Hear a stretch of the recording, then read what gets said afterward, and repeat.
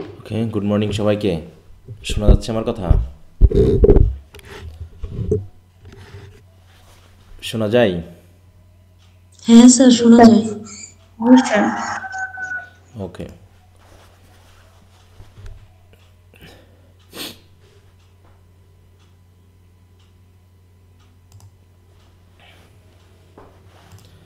তো আমরা 13 তারিখের টেস্টটা কি সবাই দিয়েছি?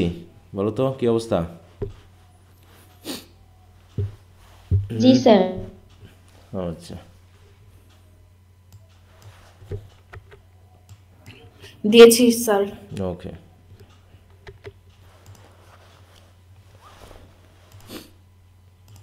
তো আমাদের পরবর্তীটা অংশটা হচ্ছে রোমান্টিক পোয়েট্রির লর্ড বায়রন, শেলি এবং জন কিটস।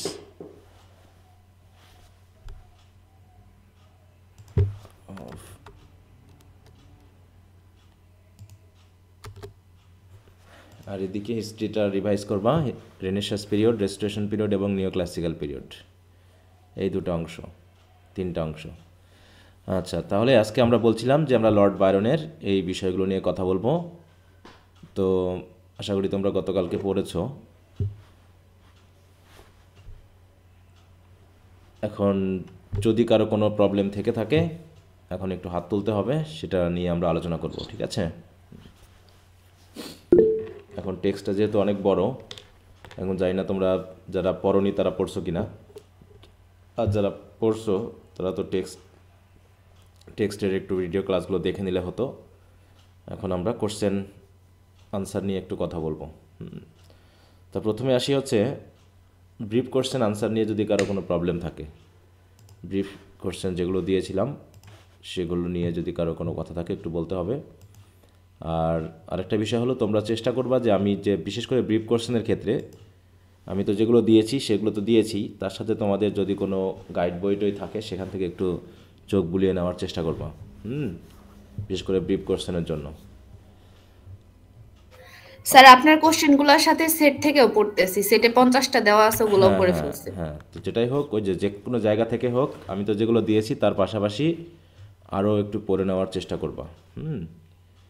কারণ ব্রিফ কোশ্চেন সবসময় যে হুবহু আসে এমনটা বলা যায় না, এটা হচ্ছে প্রবলেম। হ্যাঁ, হ্যাপি সাহা বলো কোথায় প্রবলেম? স্যার শর্ট কোশ্চেন 4 নম্বরে আচ্ছা, আগে একটু আমরা একটু পড়াই ব্রিফ, দিলে ভালো হতো। আচ্ছা আমরা একটু ব্রিফে আসি আগে, ঠিক আছে? দেখি ব্রিফটা আগে কারো প্রবলেম আছে কিনা, তারপরে শর্টে আসতেছি। ব্রিফ কোশ্চেনে কারো সমস্যা আছে?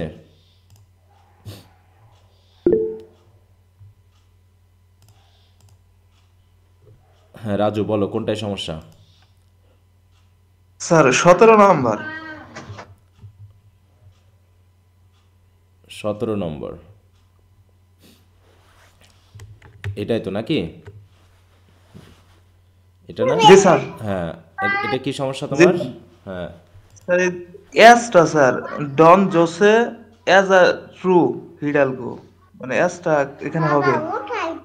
এখানে অ্যাজ হবে না, আসলে ওয়াজ হবে, ডাব্লিউটা বাদ পড়ে গেছে। টাইপ করতে গিয়ে ডাব্লিউটা বাদ পড়ে গেছে, ঠিক আছে? জি স্যার। হুম, এটাই।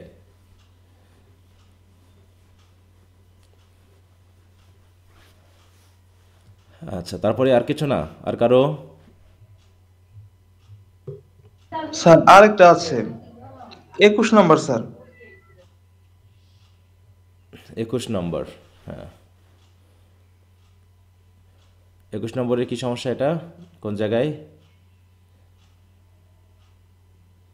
কোশ্চেনের আনসারটা একটু স্যার বুঝিয়ে দেন। What type of women is Julia, Donna Julia, এটা? জি স্যার, জি স্যার, জুলিয়া কোন ধরনের মহিলা বা কেমন? হ্যাঁ, তাহলে কি বলা হচ্ছে এটা? Donna Julia is a 23 and matchlessly beautiful, হ্যাঁ তাই তো? জি স্যার। হ্যাঁ, কোন জায়গায় সমস্যা বুঝতে? এখানে ম্যাচলেসলি এটা কি স্যার অসাধারণ মিনিং করছে? হ্যাঁ, অসাধারণ, তাই তো, অনন্য, তাই তো, অতুলনীয়, এরকম আর কি, যাকে অন্যের সাথে তুলনা করা যায় না বা অন্যের মত, মানে এর মতো কেউ নাই, এরকম। ম্যাচলেস মানে কি? জি স্যার, অভিন্ন, এই হ্যাঁ ভিন্ন আর কি। হ্যাঁ, যার মতো আর কেউ নাই, এরকম আর কি, মানে অসাধারণ, অনন্য, এরকম। But she is unhappily married to a man of 50 name Don Alfonso, এটাই। হ্যাঁ,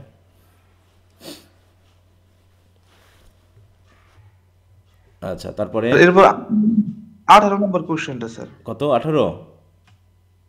জি sir. Who is Don Alfonso? Oh sorry 13 এটা, তাই তো? 18, what happen to Julia, Juan and Julia when they were discovered in one bed? কি ঘটনা ঘটেছিল শেষ পর্যন্ত? জি স্যার। স্যার ডন জনকে তো ইউরোপিয়ান কান্ট্রিতে পাঠানো হয় এবং জুলিয়াকে ওই কনভেন্টে, সন্ন্যাসী। হ্যাঁ কনভেন্টে পাঠানো হয় পিউরিফিকেশনের জন্য, এটাই। হুম,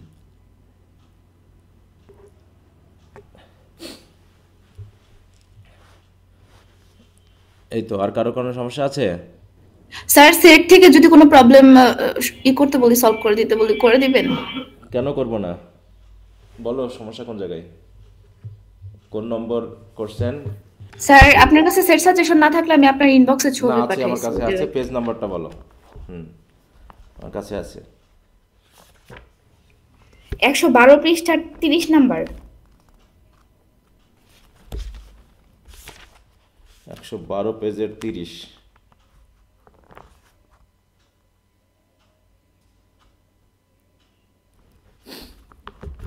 বলো কোন জায়গায় কি বুঝতে অসুবিধা? স্যার আনসারটাই একটু হ্যাঁ, করে কি দেন। কি সে তার বাবার ইয়াতে পেয়েছিল, তাই তো? হুম, হ্যাঁ তার বাবা সম্পদ তো মারা, পেয়েছে, বাকি যেগুলো আছে ওই দুইটা বুঝি নাই। কোনটা কোনটা? ল্যান্ডস মানে জমি, আরেকটা হচ্ছে এইটা, তাই তো? মিসইউজেস। আর ওই যে স্যার স্যুটের ব্যাপারটা বললো, ও, চ্যান্সারি, তাই তো? চ্যান্সারি স্যুট মানে কি? এটা কি গায়ের কোনো পোশাক হ্যাঁ বোঝাইছে? হ্যাঁ, দেখো এই যে দেখো, মেসিউজেস মানে কি? আর dwelling house with outbuildings and land assign to its use, যেটা হচ্ছে গ্রামের বাড়িটা অনেক সময় থাকে, যেখানে বড় একটা প্যালেসিয়াল একটা বাসা থাকে, তাই তো? যার আউট বিল্ডিং থাকে, মানে মূল কথা হলো একটা সুন্দর গোছানো বাড়ি যার উঠান আছে, আশেপাশে জমি আছে, এরকম একটা জায়গা, ঠিক আছে তো? দেখো ম্যাসিভস, হ্যাঁ, এটা অর্থে ব্যবহার করা হয়েছে। আর চ্যান্সারি স্যুট, চ্যান্সারি মানে কি সেটা জানো? চ্যান্সারি বলতে কি বোঝায়? দেখো, chancery suit is a legal case that is heard in a court of equity. এখানে এই স্যুট বলতে কিন্তু কোনো পোশাক বোঝাচ্ছে না, ঠিক আছে? স্যুট মানে এমনি পোশাক বোঝায়, কিন্তু এখানে বোঝানো হচ্ছে যে তার বাবার রেখে যাওয়া কিছু, মানে কি বলবো, জটিলতা, আইনি জটিলতা, বুঝতে পারছো? হুম, মানে সেটা হচ্ছে, মানে পিতৃপক্ষের থেকে হ্যাঁ পাওয়া হ্যাঁ মামলা হ্যাঁ, মোকদ্দমার মামলা, বিষয়গুলো। হ্যাঁ হ্যাঁ, এই জাতীয় জিনিস, ঠিক আছে? এই যে দেখো, স্টেট অর বিজনেস ডিসপিউট বা এরকম ঋণ জাতীয় হতে পারে, মানে যে কোনো একটা আইনি একটা ব্যাপার তার ঘাড়ের উপর এসে পড়লো, ঠিক আছে তো? এইটা বোঝাতে চেয়েছে যে তার বাবার মৃত্যুর পর তার এইগুলো নিয়ে সে বিপদে পড়লো, বা এরকম কিছু সম্পদও সে পেয়েছিল, এটাকে বোঝাতে চেয়েছে, ঠিক আছে?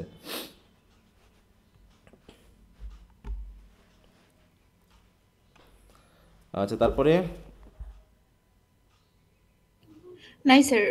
আচ্ছা আচ্ছা, তাহলে মনে করলাম যে ব্রিফ কোশ্চেনে কারোর সমস্যা নাই। স্যার ব্রিফের আরেকটা কোশ্চেন স্যার, 18 নাম্বার। 18 নম্বর, ওটা নিয়ে কথা বললাম না মনে হলো?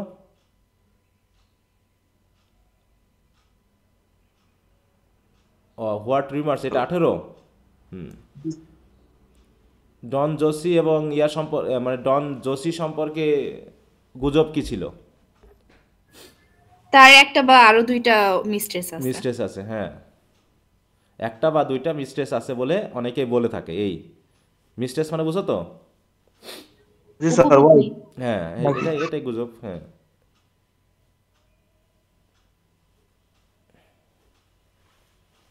স্যার এখানে গুজব মিনিং করছে রোমার্স দ্বারা। হ্যাঁ, মানে এটা বাস্তব জানি না, লোকে মুখে শোনা যায় এরকম অর্থে। হুম, গুজব মানেটা আসলে কি, যার কোনো বাস্তব ভিত্তি এখনো খুঁজে পাওয়া যায়নি, তাই তো? জি স্যার, লোকের মুখে কথা। হ্যাঁ, লোকের মুখে চলছে এরকম আর কি, লোক মুখে।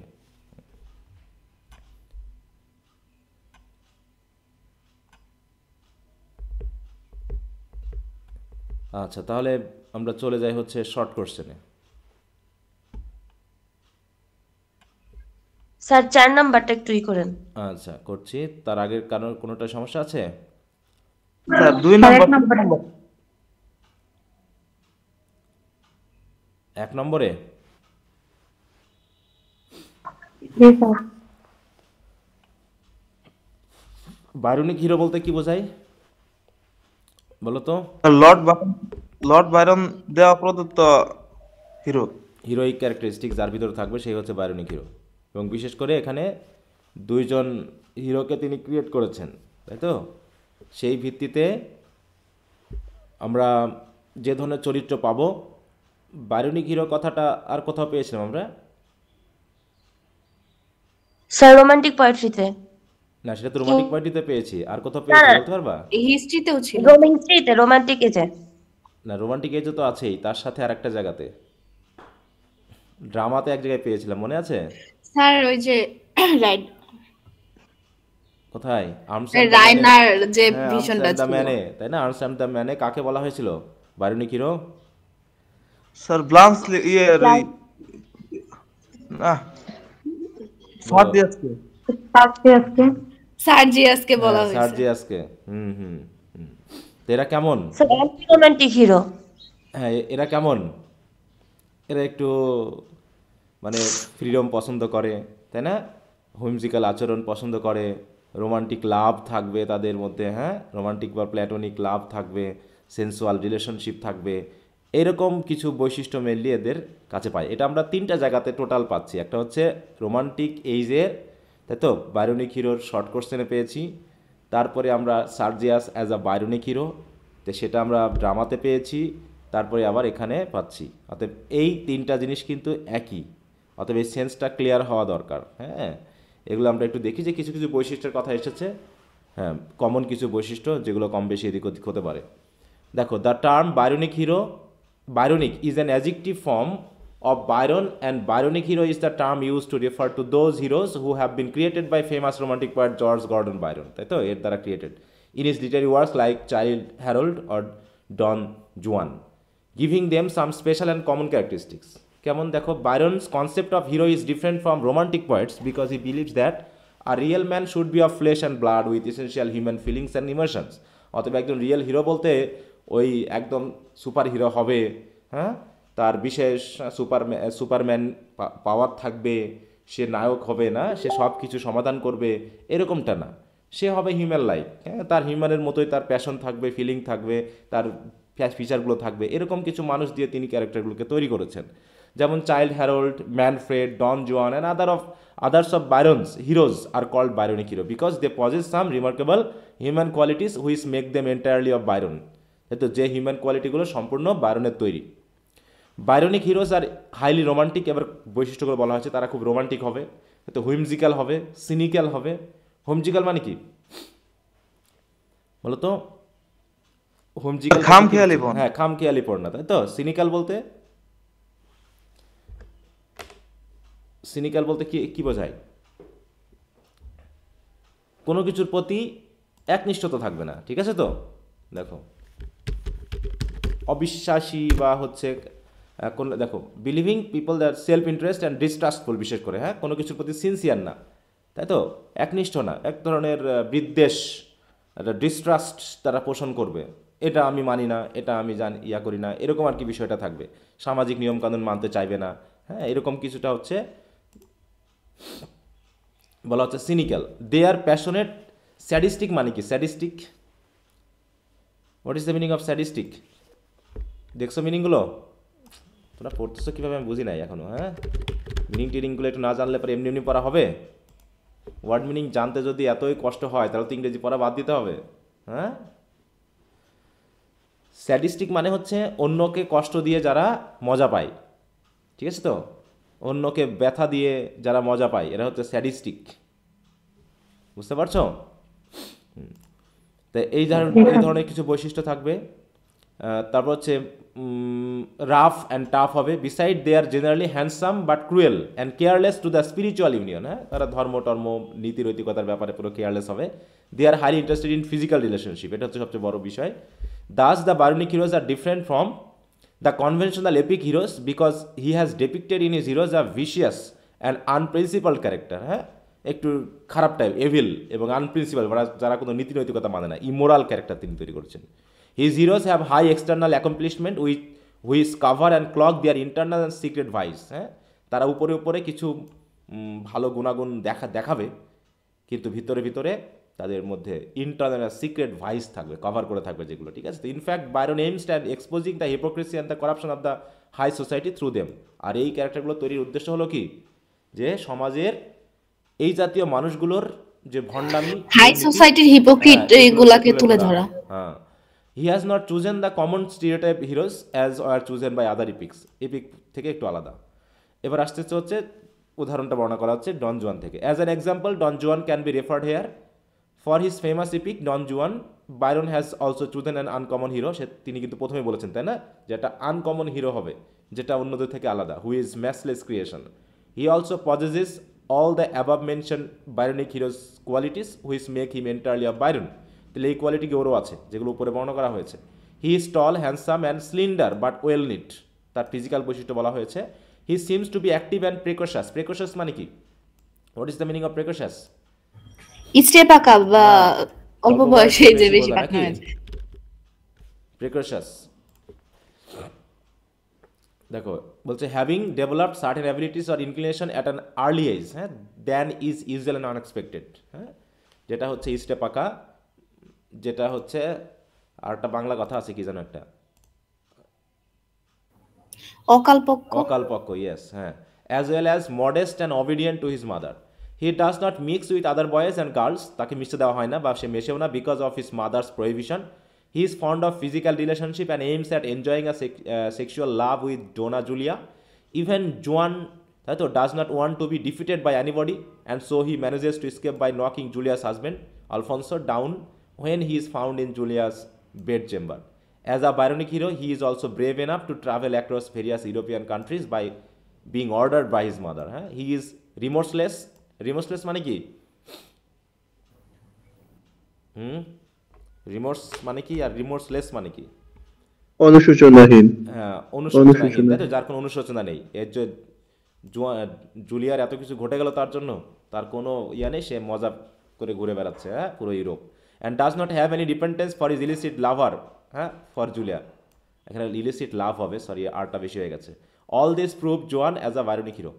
তো এই তাহলে এই প্রথমে আমরা বাইরনিক হিরোর বৈশিষ্ট্যগুলো দিলাম, তারপরে আমরা বোঝার চেষ্টা করলাম যে আসলে ডন জুয়ান। স্যার ওয়েল নাইট ওয়ার্ডটা দিয়ে কি বোঝাইছে? ওয়েল নিট মানে হচ্ছে বেশ সুন্দর গড়ন, আমরা গড়ন বলি না, মানে চিকন চাকন হলেও শক্ত সামর্থ্য, এরকম আর কি বডি ফিগারে। ওয়েল নিট মানে হচ্ছে যে নাদু নদু না, নাদু নদু বুঝো, মোটা কাটা একটু হয়, মোটা কাটা তুলে হয়, ঠিক আছে তো, এবং মানে একটু চুপচাপ হয়, বা কেউ খোঁচা মারলেও কিছু বলে না, এরকম, হ্যাঁ, মানে চুপচাপ, এরকম একটা বিষয় বলা হয়েছে, ঠিক আছে। এই বিষয়ের বিপরীতে বলা হয়েছে। তাহলে এর ওয়েল নিট মানে এরকম সুঠাম গড়ন, বাংলা কথা যেগুলো আছে আর কি, এটা। আচ্ছা, বোঝা গেছে সবার? আচ্ছা, তারপরে কোনটা? 4 নাম্বার। 2 নম্বর। জি স্যার। আচ্ছা, পড়াই দিই। Treat Byron as a revolutionary poet and a poet of freedom. তাহলে রেভলিউশনারি পয়েট হিসাবে তাকে প্রমাণ করতে হবে বা বর্ণনা করতে হবে। কার মাধ্যম দিয়ে বর্ণনা করব? Lord Byron. তার, হ্যাঁ, তার তো অবশ্যই লর্ড বাইরনকে প্রমাণ করব তার ডন জুয়ান ক্যারেক্টার, যে সকল ক্যারেক্টার আছে তাদের মাধ্যম দিয়ে। হ্যাঁ, তা বলছি কি, George Gordon Byron was one of the proudest revolutionary poets and poets of freedom and liberty that England has ever produced. He was born rebel, and the fire of liberty and hatred for tyranny burned furiously in his veins.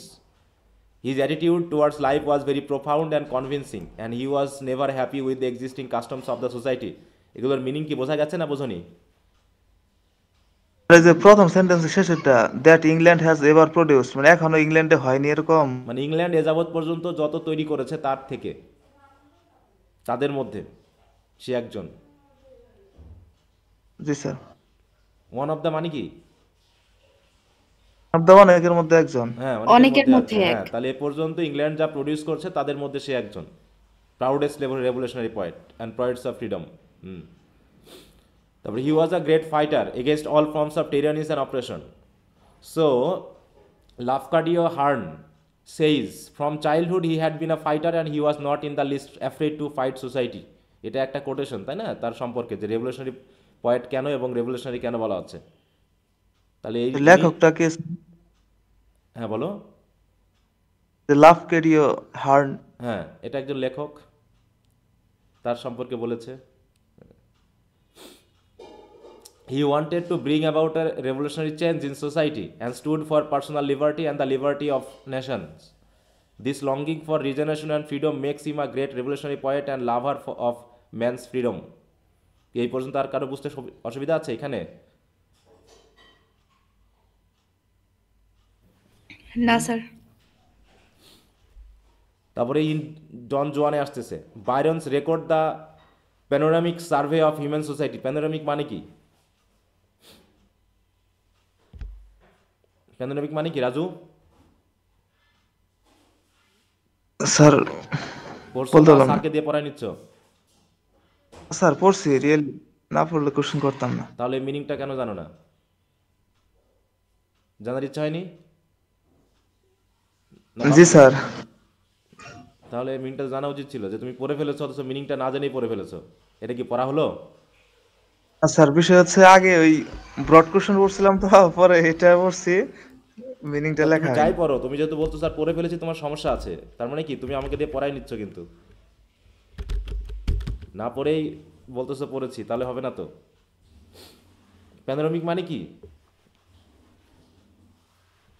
যেখানে দৃশ্য বা চিত্র সূক্ষ্মাতি, সংক্রান্ত। হ্যাঁ, না শুধু দৃশ্য পর্যায়ে চলবে না, এটা হচ্ছে এখানকার যেখানে একটা বিষয় সম্পর্কে সম্পূর্ণ বিষয়টা থাকবে, বিস্তারিত বিষয়টা থাকবে, ওয়াইড রেঞ্জ, দেখ ওয়াইড রেঞ্জিং, হ্যাঁ, মানে যেখানে একটা বিষয়ের সম্পূর্ণ বিষয়গুলো থাকবে, ঠিক আছে, এটাগুলো হচ্ছে প্যানোরামিক।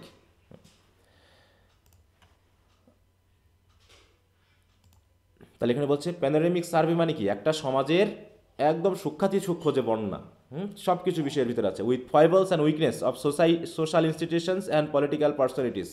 ফয়েবলস অ্যান্ড উইকনেস মানে কি? What is the meaning of ফয়েবলস?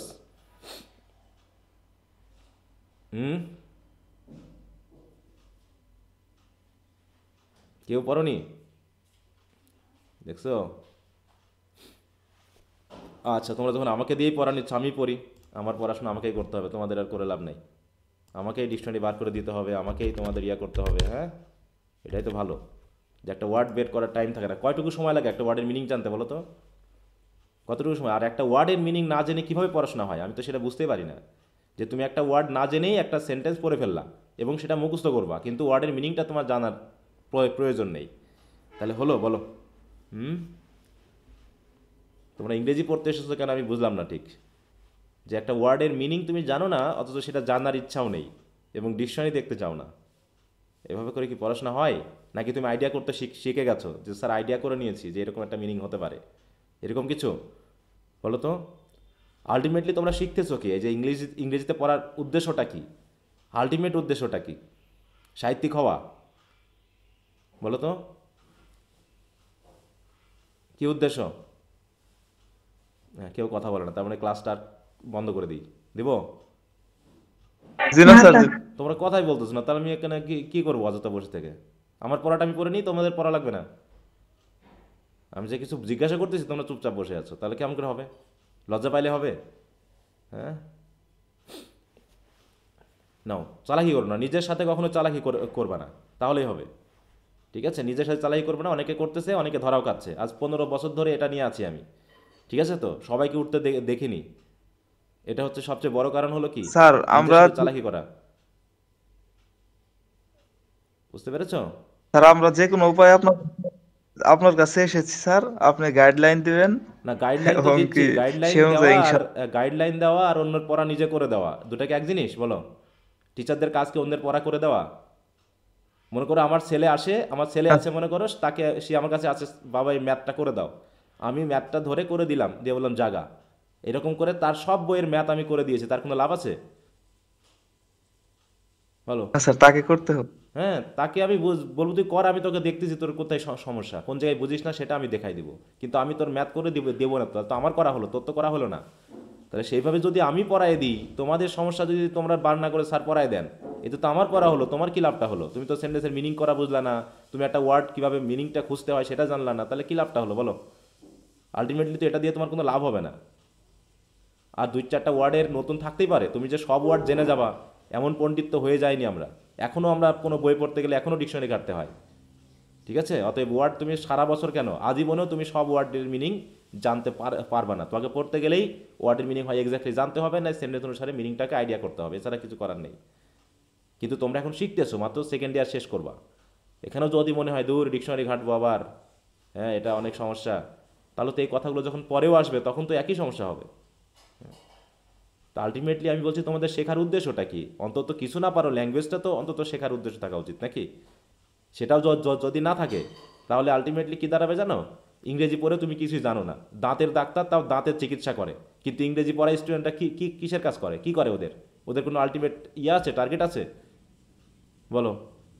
একজন যে ডেন্টাল বা যে হচ্ছে চোখের ডাক্তার, সেও একটা দোকান দিয়ে বসতে পারে, একটা তার চেম্বার দিয়ে বসতে পারে। আমরা কি দিয়ে বসতে পারি বলো তো? ইংরেজি স্টুডেন্টরা কি দিয়ে বসে? এদের কোনো লক্ষ্য আছে চাকরি মানে পাওয়ার আগ পর্যন্ত? না স্যার, আমাদের শেখার কিছু করার নেই স্যার, স্টুডেন্ট পড়াবো আর কি। হ্যাঁ, তাহলে সেটাও করতে তোমাকে তো সেটা পড়তে হবে। তুমি স্টুডেন্ট কেমন করে পড়াতে পারবা যদি তুমি নিজে না জানো? তুমি তো ল্যাঙ্গুয়েজ শেখাবা, তাই না? একটা স্বাধীন কোচিং সেন্টার তুমি খুলতে পারো, ল্যাঙ্গুয়েজ সেন্টার খুলতে পারো। ইংরেজি পড়াইয়ে লাখ লাখ কোটি কোটি টাকা ইনকাম করে ফেলতেছে মানুষ, ইংরেজির একটা বই লিখে কোটিপতি হয়ে যাচ্ছে, হচ্ছে না এরকম? আর আমাদের ছেলেমেয়ের ইংরেজি পড়ার পর নাকি পেটের জন্য ভাত সংগ্রহ করতে পারে না, বুঝতে পারছো? ইংরেজি পড়া স্টুডেন্টরা পেটের ভাতই তারা মানে ম্যানেজ করতে পারে না, অথচ ইংরেজি না পড়েও বই বিক্রি মানে কোচিং সেন্টার দিয়ে ইংরেজি পড়ায় কোটি কোটি টাকা ইনকাম করে নিচ্ছে, বলো? তাহলে হলো?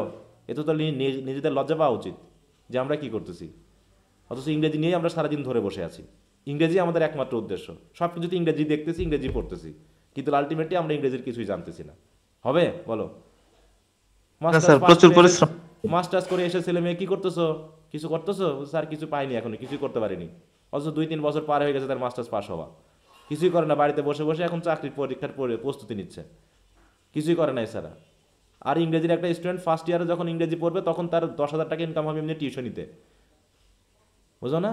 আর এখনও যদি ছেলে বলে যে স্যার এখন 200 টাকায় আমি আপনার টিউশনি দিতে পারিনি, 100 টাকায় পড়ানো যাবে? বুঝতে পারছো? সেকেন্ড ইয়ারও অফার আসে, স্যার 100 টাকা দিতে পারবো মাসে পড়ানোর জন্য, 100-200 টাকা। আমি যদি এটা আলু ঝাল কিনতে এসেছো আমার কাছে, তুমি বলো, তুমি বলো যে স্যার ফ্রি পড়ান, তাও তোমাকে ফ্রি পড়াবো, কিন্তু তুমি 100-200 টাকার অফার আমাকে করো কেন? বুঝতে পারছো?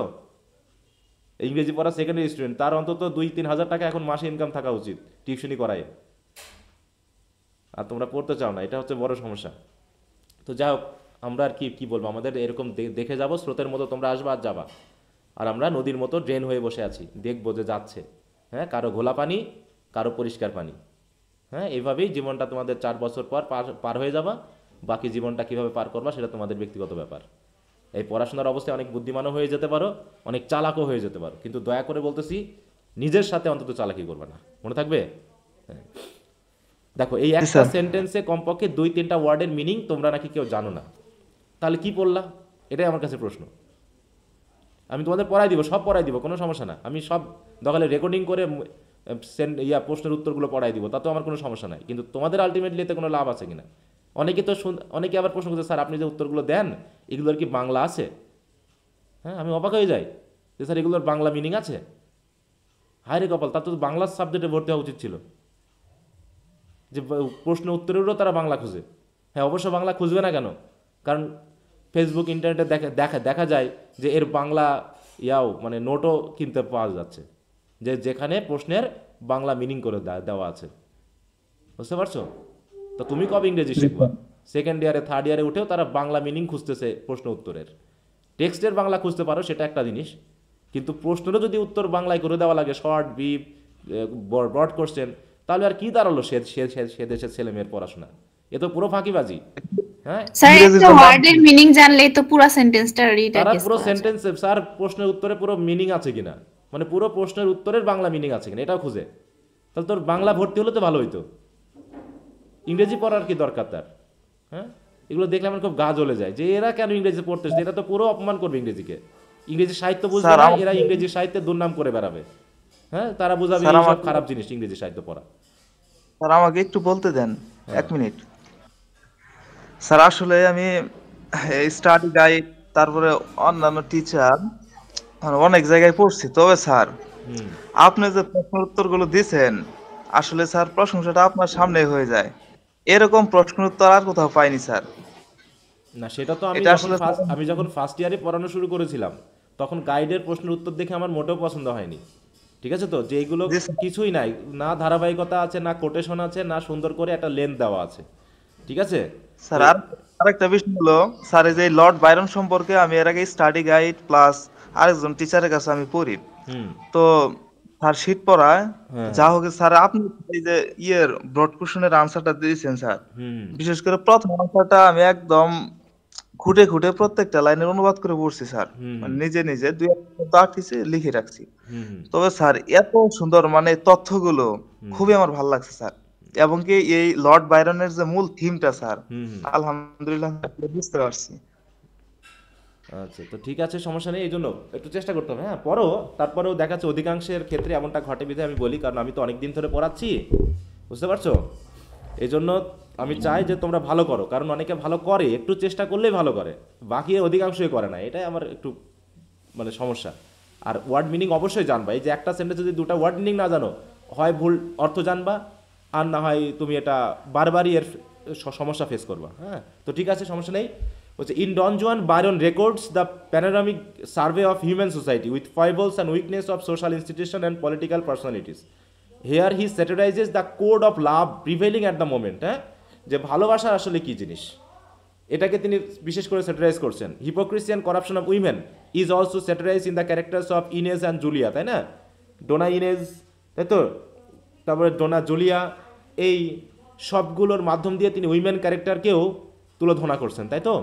দেখাচ্ছে যে সে সন্তানকে মোরাল শিক্ষা দিচ্ছে, কিন্তু আবার সে সন্তানকে জুলিয়ার উপর ছেড়ে দিয়েছে। হ্যাঁ, দিয়ে পিছনে পিছনে সে আবার কি কি করতেছে, ইনেজের সম্পর্ক কার সাথে? স্যার আলফোন্সোর সাথে। আলফোন্সোর সাথে। হ্যাঁ? আলফোন্সোর সাথে। হ্যাঁ, তাহলে জুলিয়াকে সে এমনভাবে মানে ডন জুয়ানকে খাটাই দিয়েছে জুলিয়ার উপরে, যাতে সে ওদিকে নিয়ে ব্যস্ত থাকে, আর এদিকে সে ইয়া করে, এবং শেষ পর্যন্ত যাতে ওই ডোনা জুলিয়ার উপর একটা অভিযোগ চাপিয়ে দিয়ে সে তাদের মধ্যে ডিভোর্স খাটাই দিয়ে সে যেন আবার বিয়ে করতে পারে। সে শেষে কি বিয়ে করেছিল না ইনেজ আলফোন্সোর সাথে? স্যার। জি স্যার। হ্যাঁ, বিয়েও করেছে। তাহলে এটা কি একটা পুরো ভণ্ডামি? সে চাচ্ছে তার সন্তান মোরাল হবে, ধর্মশিক্ষা ছাড়া অন্য কিছু বুঝবে না, এরকম কিছু ছিল, কিন্তু সে কি করছে, তার ছেলেকেই ইমোরাল মানিয়ে ফেলেছে। তাই বলছে before marriage Donna Inez had illicit love affair with Don Alfonso and she continued this affair even after her marriage. হ্যাঁ, but it is ironical that she wants to make her son the man of perfect morality, remaining herself involved in immorality. সে নিজেই ইমোরালিটিতে involve, কিন্তু সে ছেলেকে চাচ্ছে moral হোক।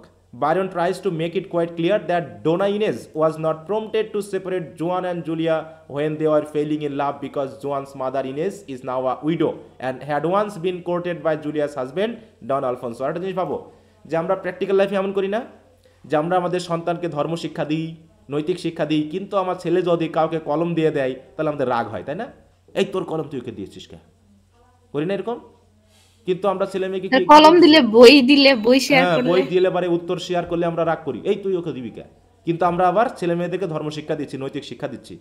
হ্যাঁ, তাহলে কেমন হলো? এটা ভণ্ডামি না?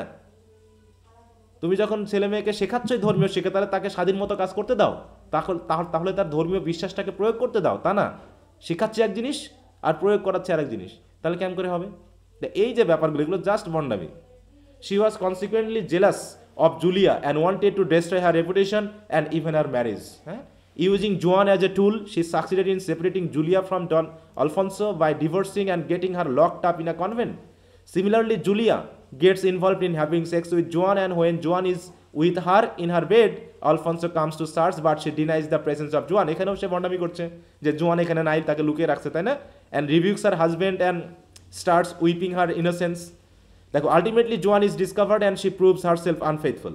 Thus Byron attacks satirically the individual, social institution and modern society in general. আর এইভাবে সে কি করেছে, অ্যাটাক করার মাধ্যমে রেভলিউশনারি, হ্যাঁ। In fact Byron was an avatar of revolutionary movement. Avatar মানে কি? Where every thought was prompted by revolt against the moral postulates of society. Avatar বলতে আমরা কি বুঝি? আমরা তো অ্যাভেটার এখন খুব ইউজ করি এই শব্দটা, করি না? জি স্যার। মানে কি স্যার অ্যাভাটার তো আমরা সিনেমাও দেখছি না? দেখছি না? হ্যাঁ। অ্যাভাটার মানে হচ্ছে ইন্ডিভিজুয়াল পার্সন বা ফিগার, হ্যাঁ, যে হচ্ছে কোনো একটা কাজ করে। একটু ওয়েট করো তো। হ্যাঁ, আমি এসির পানি পড়তেছে।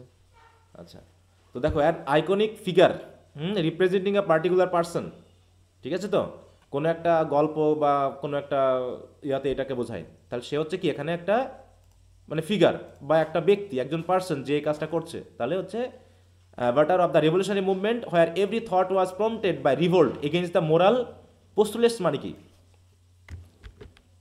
পোস্টুলেটস? মানে মোরাল পোস্টুলেটস, হ্যাঁ। দেখো এটা মানে কি, এই যে suggest or assume the existence fact or truth, মানে কিছু আছে এবং যুক্তি দিয়ে সেগুলোকে দেখানো, যেখানে মোরাল ব্যাপারগুলোর কিভাবে নষ্ট হচ্ছে, ধ্বংস হচ্ছে, সেগুলোকে তিনি দেখিয়েছেন, হ্যাঁ।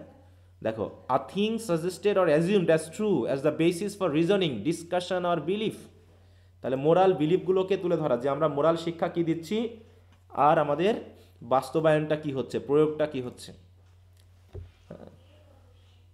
আচ্ছা, তারপরে 3 নম্বরের সমস্যা আছে কারো? জি স্যার। জি স্যার। 3 নম্বরের সমস্যা স্যার। কোন জায়গায়? পুরোটাই? জি স্যার।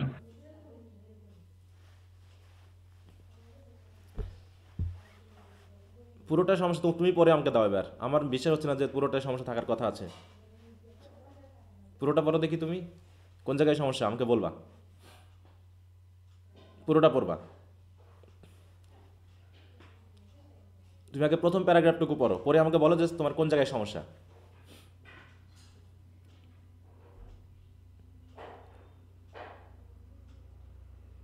পড়তেছো? জি স্যার। হ্যাঁ, পরে বলো আমাকে কোথায় সমস্যা। তুমি তো আমাকে সব কোশ্চেনই পড়াই নিচ্ছ, তাহলে 1 থেকে 5 7 যা আছে সব পড়াই দেন স্যার, তাই বলো। না স্যার, আমার আর প্রয়োজন নাই, এটাই ছিল আর কি। না, এখানে তো আসলে তোমার এমন তো আমি দেখতেছি না কঠিন কিছু আছে বলে তো আমার কাছে মনে হচ্ছে না। তারপর তুমি কেন পড়াই নিচ্ছ আমি বুঝতেছি না। তুমি তো পড়োই নি এখানে, এখানে কোনো থিওরি নাই, জাস্ট সিম্পল আলোচনা, ডিসকাশন।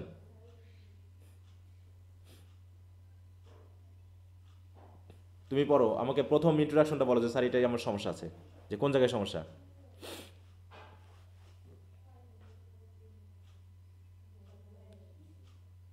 দু একটা কোশ্চেন যেগুলো জটিল ছিল সমস্যা থাকতে পারে, কিন্তু একদম যেগুলো থিওরি রিলেটেড সেগুলো সমস্যা থাকতে পারে, হ্যাঁ। কিন্তু একদম যেটা স্টোরি রিলেটেড সেখানে সমস্যা থাকবে আমার কাছে মনে হচ্ছে না। তুমি আমাকে দিয়ে পড়াই নিচ্ছ, পড়ো।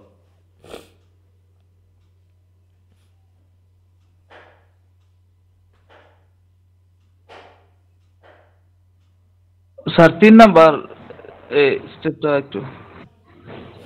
3 নম্বর প্যারাগ্রাফ? জি স্যার। মানে এইটুকু না এখান থেকে? Donaines was presented to be. হুম, এটা? জি স্যার। জি sir, Donaines was presented to be the.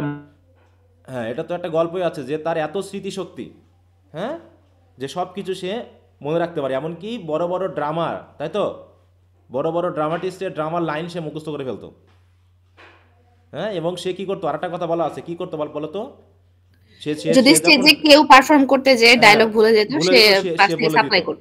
হ্যাঁ, এই যে এটা তো গল্পই আছে, অতএব গল্পটার সাথে রিলেটেড সেই কোশ্চেনের আনসার আমি পড়া দিতে খুব আগ্রহী না, হ্যাঁ, কারণ এগুলো সবই কমন কথা। বলছে Donna Inez was presented to be the mine of memory. Mine of memory মানে কি? স্মৃতির খনি সে, হ্যাঁ। মাইন মানে কি?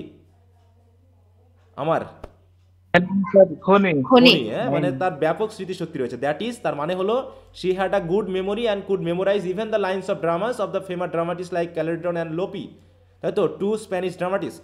So she could help supplying the dialogue from her memory if any actor on the stage forget his dialogue.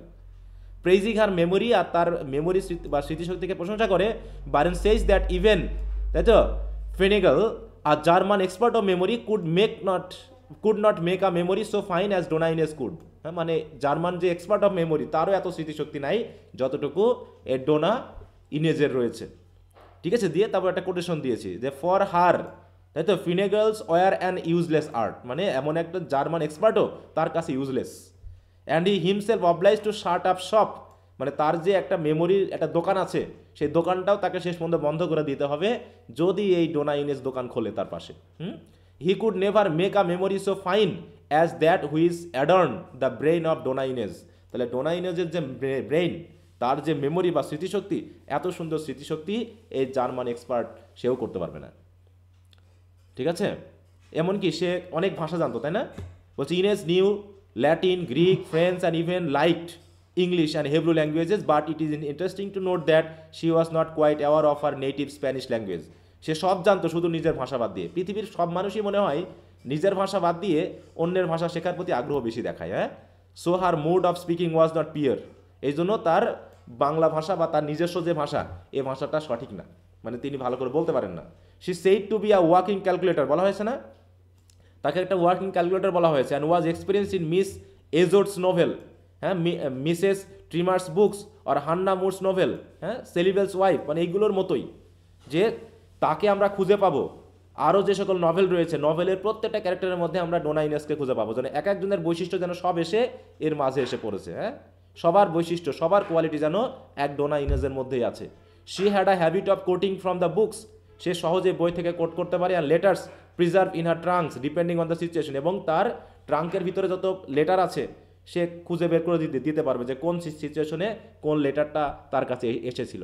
And the hearers would like to repeat her speeches of for amusement and old grudges. Thus, Byron has presented Donna Inez not only a person of unusual qualities but also magnanimity, হ্যাঁ, তার বিশেষ বৈশিষ্ট্য, বিশেষ যোগ্যতাকেও তুলে ধরা হয়েছে তার ভণ্ডামির পাশে পাশে। আচ্ছা, কি কথা বোঝা গেল? জি স্যার, বুঝতে পেরেছি, আলহামদুলিল্লাহ। আচ্ছা, এবার হচ্ছে পয়েটিক লাইসেন্স। পয়েটিক লাইসেন্সটা আসলে কি, কি বুঝেছো এটা দিয়ে বলো তো? পয়েটিক লাইসেন্স কি, কে বলতে পারবা?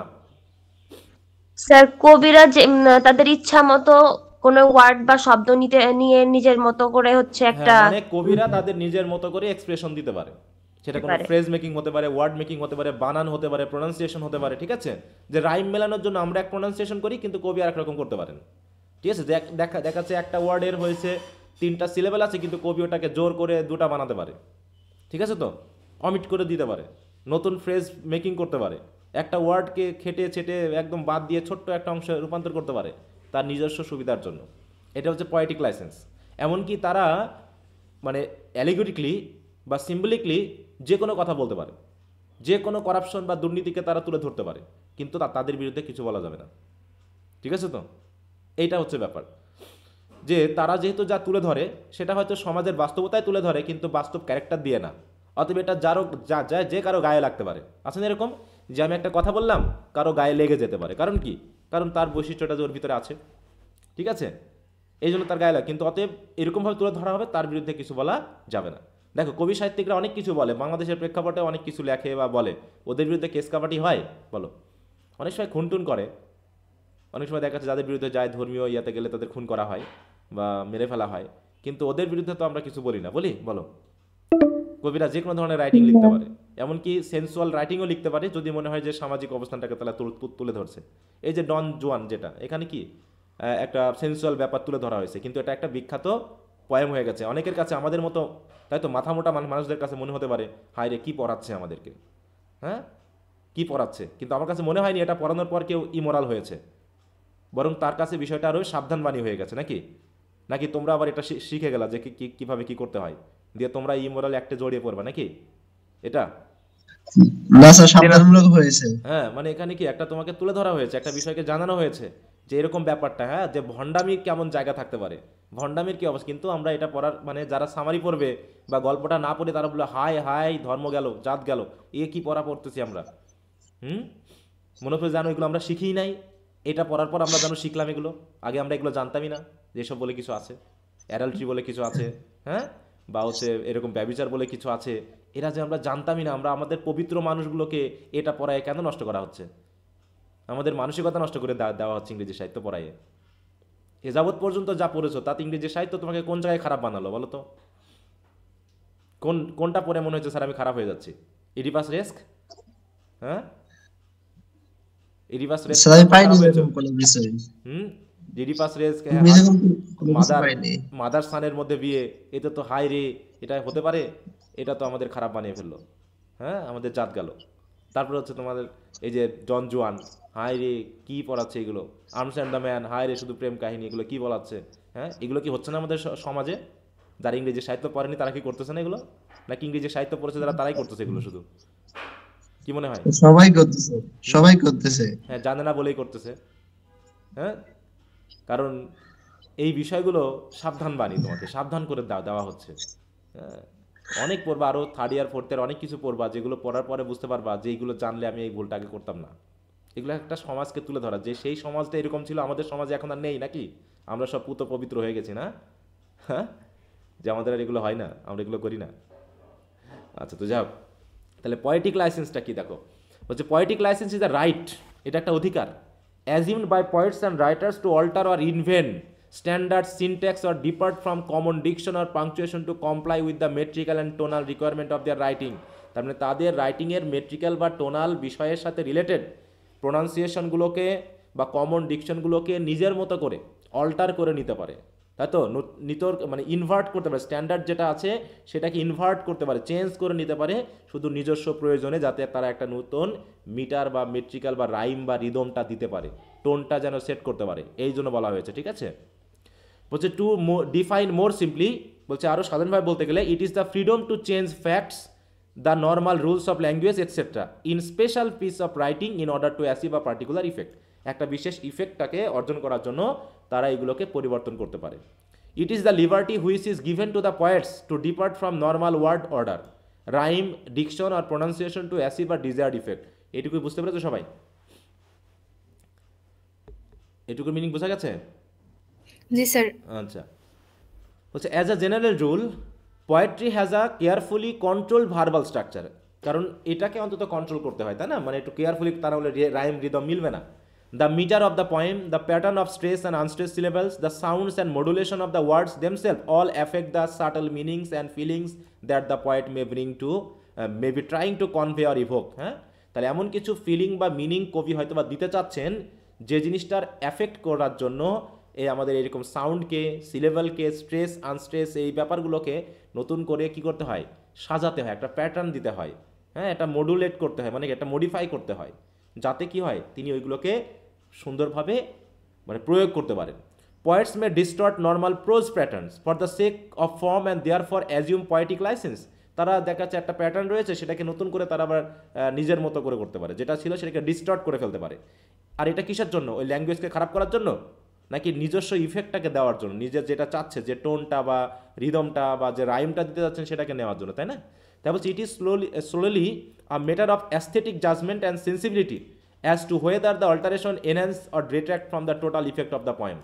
এটা নির্ভর করছে যে তিনি পয়েমটাতে যে অ্যাস্থেটিক জাজমেন্ট, অ্যাস্থেটিক মানে কি বলো? অ্যাস্থেটিক বা জাজমেন্ট মানে কি? অ্যাস্থেটিক দিয়ে কি বোঝায়? নান্দনিক। হ্যাঁ, অ্যাস্থেটিক মানে হচ্ছে সৌন্দর্যতা, এটা মানে আকর্ষণ, তাই তো? কোনো কিছুর প্রতি মানে ভালোর দিক থেকে আকর্ষণীয় করে তোলার জন্য। তাহলে এই কাজটা করেন জাস্ট কি করার জন্য, যে এটা যেন সুন্দর লাগে দেখতে।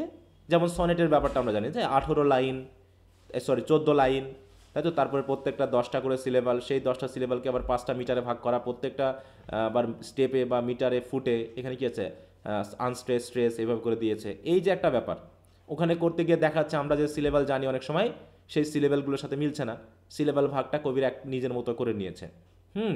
যেমন আমরা এই যে এটা যদি আমরা দেখি, দেখো তো,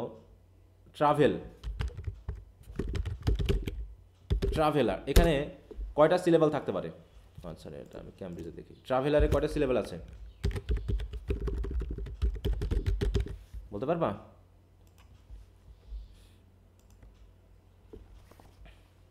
দেখেন এখানে সিলেবাসে কয়টা? 3টা কিন্তু সিলেবাল আছে। হ্যাঁ, দেখা যাচ্ছে? আরে বাবা,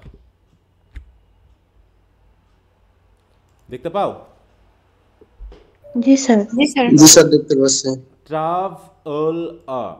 ট্রাভেলার, হ্যাঁ, কিন্তু দেখাচ্ছে আমরা যখন ওজিমান্ডিয়াস কবিতা পড়তে গেছি তার স্ক্যানশন করতে গেলে ট্রাভেলাকে দুটা সেন্স করিতে ট্রাভলা, এটা হচ্ছে যখন ট্রাভ আর এল ল মিলে এটা আলাদা হয়ে যাচ্ছে ট্রাভলা, হ্যাঁ, তখন দুটা করে নিতে হচ্ছে বা ওখানে করা হয়েছে এরকম। তো অনেক সময় দেখা যাচ্ছে যে কমন বা স্ট্যান্ডার্ড যে বিষয়গুলো সেগুলোকে এড়িয়ে গিয়ে তারা নিজের মতো করে একটা মডুলেশন করে নেয়। Poetic licence is also sometimes used in harmonious and দেখো পেজোরেটিভ, হ্যাঁ, পেজোরেটিভ সেন্স। হিউমারাস মানে কি? হিউমারাস মানে কি? হাস্যরসাত্মক। হাস্যরসাত্মক। আর পেজোরেটিভ মানে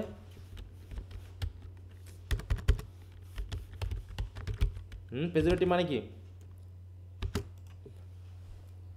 একটা ওয়ার্ডের মিনিং না জানলে তো হবে না। আচ্ছা যাও, বলছি স্যার অনেক সময় দেখা যায় যে কঠিন কোনো মিনিং থাকলেও যদি এন্ড দিয়ে লাগানো থাকে ওটা বাদ দিয়ে দিই। বাদ স্যার, দিলে আমিও তাহলে তাই। একটা সেন্স বাদ, তাহলে এই ওয়ার্ডটা কি তোমার আদৌ শেখা লাগবে না? হায় হায়, স্যার স্যার, মানে এই মুহূর্তে দুইটা অনেক word কিছু আছে। মেমোরাইজ করা সম্ভব হচ্ছে স্যার, না। দুইটা ওয়ার্ড থাকলে একটা বাদ দিয়ে দিই, কঠিনটা। তো বাদ দিবা কেন? এই ওয়ার্ডটা কি আর কখনো কাজে লাগবে না? হায় হায়, স্যার কতটুকু মানে পরীক্ষার আগে তো এত কিছু একসাথে মেমোরাইজ করে সম্ভব হচ্ছে না। মেমোরাইজের কি আছে? তুমি তো ওয়ার্ডের মিনিংটা জানলেই তো হয়ে যাবে। একটা ওয়ার্ডের মিনিং জানার মধ্যে কতটুকু সময় লাগে? হ্যাঁ, হায় হায় হায় রে, একটা ওয়ার্ডের মিনিং জানতে কতটুকু সময় লাগে? 5 সেকেন্ড সর্বোচ্চ টাইম লাগে। আর মিনিংটা জেনে গেলেই তোমার কাছে আর কঠিন মনে হবে না ওয়ার্ডটার। সেই ওয়ার্ডটাই কঠিন যখন তোমার কাছে এটা অজানা মনে হচ্ছে। আর একবার যদি মিনিংটা জেনে নাও তখন কি একটা কঠিন লাগবে? তুমি যে ওয়ার্ডটা বাদ দিও সেই ওয়ার্ডটা যে পরের ওয়ার্ড মানে ইয়ার সাথে আসবে না, তুমি কি জানো? বলো তো, এটা যে পরের প্রশ্নের সাথে আসবে না, তুমি কি এটা জানো যে এটা আর কখনোই আসবে না, এবার বাদ দিলে পরে আমি বেঁচে গেলাম, এরকম কিছু? তোমাদের কাছে কঠিন লাগে কেন পড়া জানো? এইগুলোর জন্য যে তোমরা পড়তে চাও না, অরিজিনাল পড়াশোনা করতে চাও না, তোমরা সময় দিতে চাও না। তোমরা আসলে সময় ঠিকই দিচ্ছ, মুখস্থ করতে গিয়ে সময় দিয়ে দিচ্ছ, কিন্তু একটা ওয়ার্ড জানার পর যে ওটা শর্টকাটে হয়ে যাবে সেটা তোমরা করতে চাও না। এটা হচ্ছে সবচেয়ে বড় সমস্যা। না বুঝে মুখস্থ করার অভ্যাস থেকেই গেছে। একটা ওয়ার্ড 2-3টা ওয়ার্ডের মিনিং, একটা প্রশ্ন পড়তে গিয়ে 2-4টা ওয়ার্ডের মিনিং জানতে চাইবা না, তাহলে কেমন করে হয়? হ্যাঁ, একটা শর্ট কোশ্চেন পড়তে গেলে তো এমন থাকতো যে 5টা ওয়ার্ডের মিনিং আমি না জানতে পারি, নতুন লাগতেই পারে, তা সেটা আমি এড়িয়ে গেলাম। আচ্ছা যাক, সেটা তোমাদের ব্যক্তিগত ব্যাপার, কিছু বলার নেই আমার। তোমরা যদি নিজের মতো করে একটা ওই কবিদের মতো পোয়েটিক লাইসেন্সের জায়গায় এখন যদি তোমরা স্টুডেন্ট লাইসেন্স নিয়েই নাও, তাহলে সেটা তোমাদের ব্যাপার। হ্যাঁ, আচ্ছা তো যাও, তাহলে তো আমাকে পড়াই নেওয়ার কোনো দরকার নাই তো। তাহলে আমি কোনটা বাদ দিব বলো? নাকি স্যারকে দিয়ে পড়াই নিব, ওয়ার্ডগুলো স্যার বুঝে দিবে নাকি, এরকম কিছু? হ্যাঁ, চালাকি করো ভালো কথা, কিন্তু বেশি চালাকি করো না, ধরা খেয়ে যাবা। সবাই ধরা খাচ্ছে, মনে করবো যে 95% স্টুডেন্ট কিন্তু ধরা খায়। 5%-এর মধ্যে থাকতে পারলে এই এক্সেপশনাল কাজগুলো করে ফেলতে পারবা।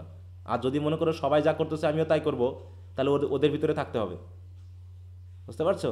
বলা হচ্ছে বাংলাদেশে যদি 100 জন বেকার থাকে, তার ভিতরে 95 জন হচ্ছে শিক্ষিত বেকার এবং উচ্চ শিক্ষিত বেকার। কিসের উচ্চ শিক্ষিত? শিক্ষা তারা গ্রহণই করতে পারেনি, এই জন্য বেকার। অন্তত যারা শিক্ষিত তাদের মধ্যে বেকার থাকার প্রশ্নই আসে না যদি অরিজিনাল শিক্ষিত হয়। অরিজিনাল পড়াশোনা যদি করে থাকে বেকারত্বের কোনো প্রশ্নই আসে না। বুঝতে পারছো? ফাঁকি দিও না, সমস্যা আছে। আচ্ছা যাও, এই প্রশ্নগুলো কবে দেওয়া ছিল বলো তো? যারা নতুন তাদের কথা বাদ দাও, কিন্তু যারা পুরনো আছে তাদের এই প্রশ্নগুলো কয়বার এটা নিয়ে কতবার দেখা হচ্ছে? দ্বিতীয়বার না, একবার করে তো পড়ানো হয়েছে এগুলো। তখন তাহলে কি পড়াশোনা করলাম? জি স্যার, দেন। তখন তো বাদ দিয়ে পড়ছো মনে হয় সব, নাকি পড়োইনি? অথবা পড়োইনি তোমরা, এখন এসে বলতেছো স্যার এত পড়বো কেমন করে? ওই কথাগুলো কিন্তু আমি বারবার বলেছি যে দয়া করে একটু পড়ে নিও, সমস্যাগুলো বুঝে নিও। এতদিন পড়লে পারে সব পানি হয়ে যাওয়ার কথা, যবে থেকে এগুলো দেওয়া হচ্ছে। তোমাদের পড়াশোনা নিয়ে আমি খুব বিরক্ত।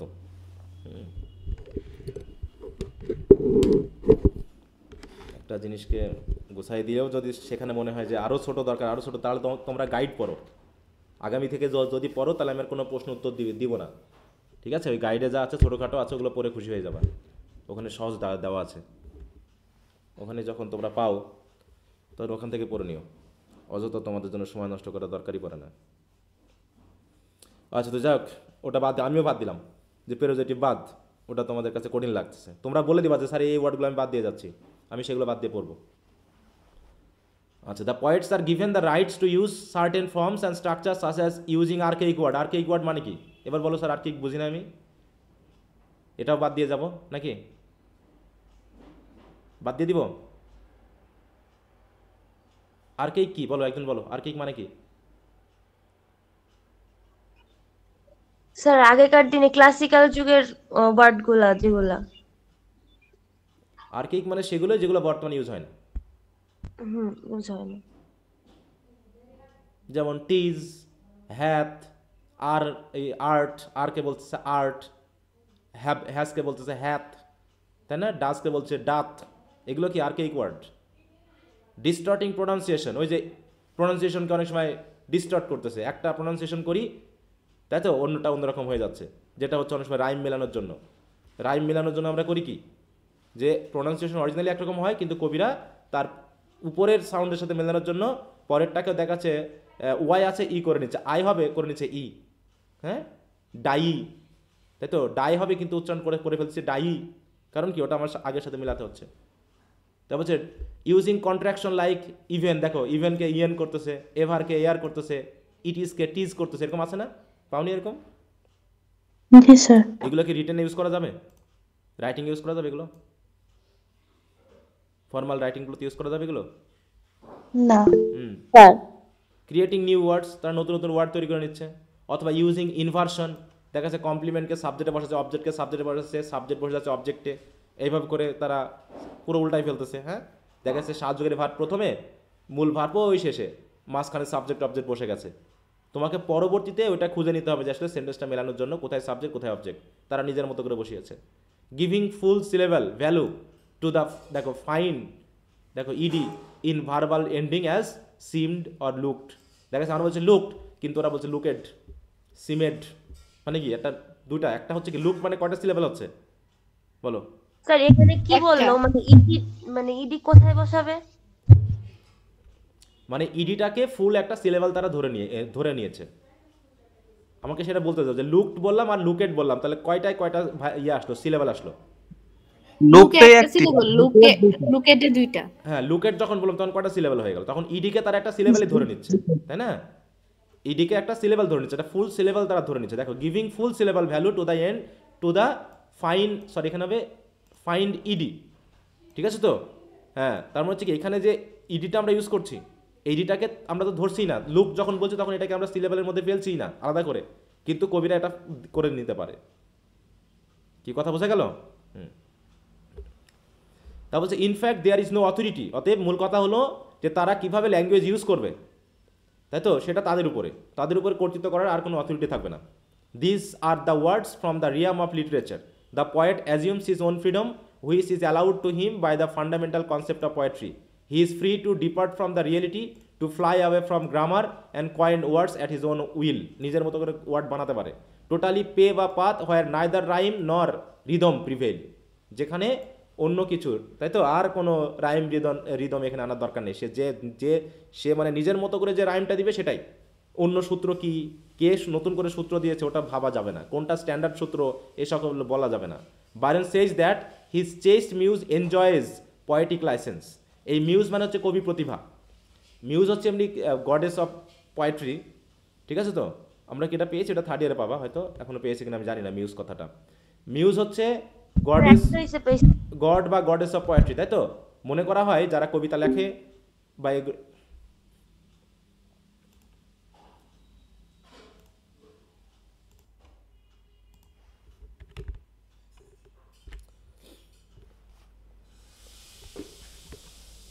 আচ্ছা, তাহলে বুঝতে পেরেছো তো নাকি সবাই?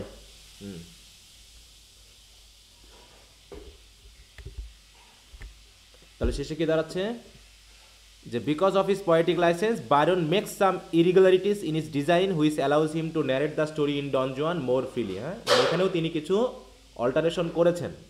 টেক্সটটা না পড়লে তো সেটা বোঝা যায় না, আর ওগুলো আমরা অত খেয়াল করি নাই, তাই তো? যেখানেও তিনি কিছু গ্রামাটিক্যাল বা ওয়ার্ড জাতীয় বা সাউন্ডের কিছু পরিবর্তন করেছেন, যেগুলো তার এই গল্পটাকে ন্যারেট করতে, বেশ ফ্রিলি ন্যারেট করতে তাকে সাহায্য করেছে। এটা হচ্ছে ব্যাপার। কি বোঝা গেল বিষয়টা?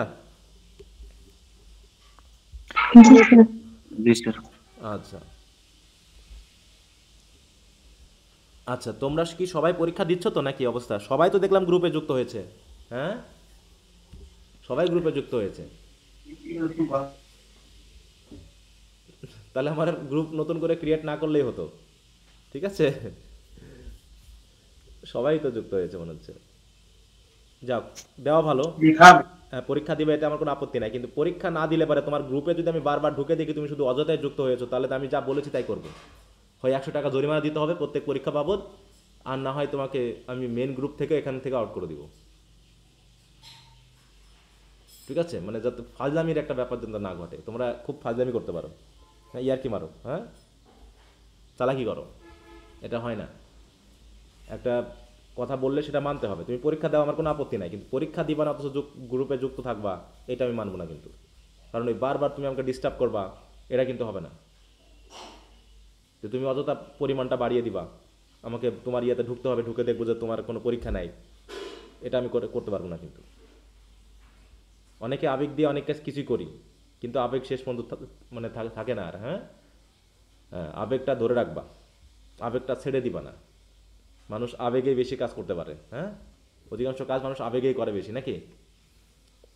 কঠিন কাজগুলো মানুষ আবেগ দিয়ে করে না, অনেকটা দেখবো যে হই হই করে চিৎকার করে একটা কাজ করতে গেলে, হ্যাঁ, পাথর তুলতে গেলে বা কাঠ তুলতে গেলে চিৎকার করে না?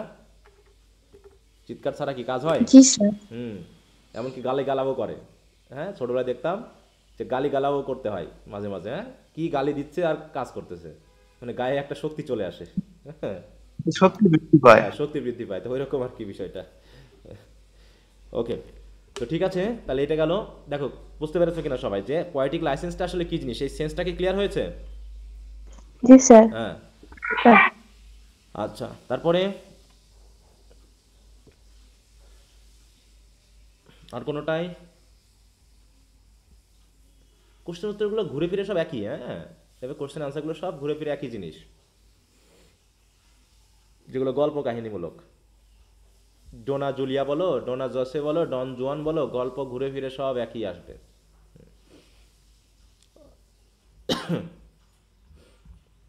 আচ্ছা, তো যাই হোক, তাহলে আর কারো সমস্যা আছে শর্টে?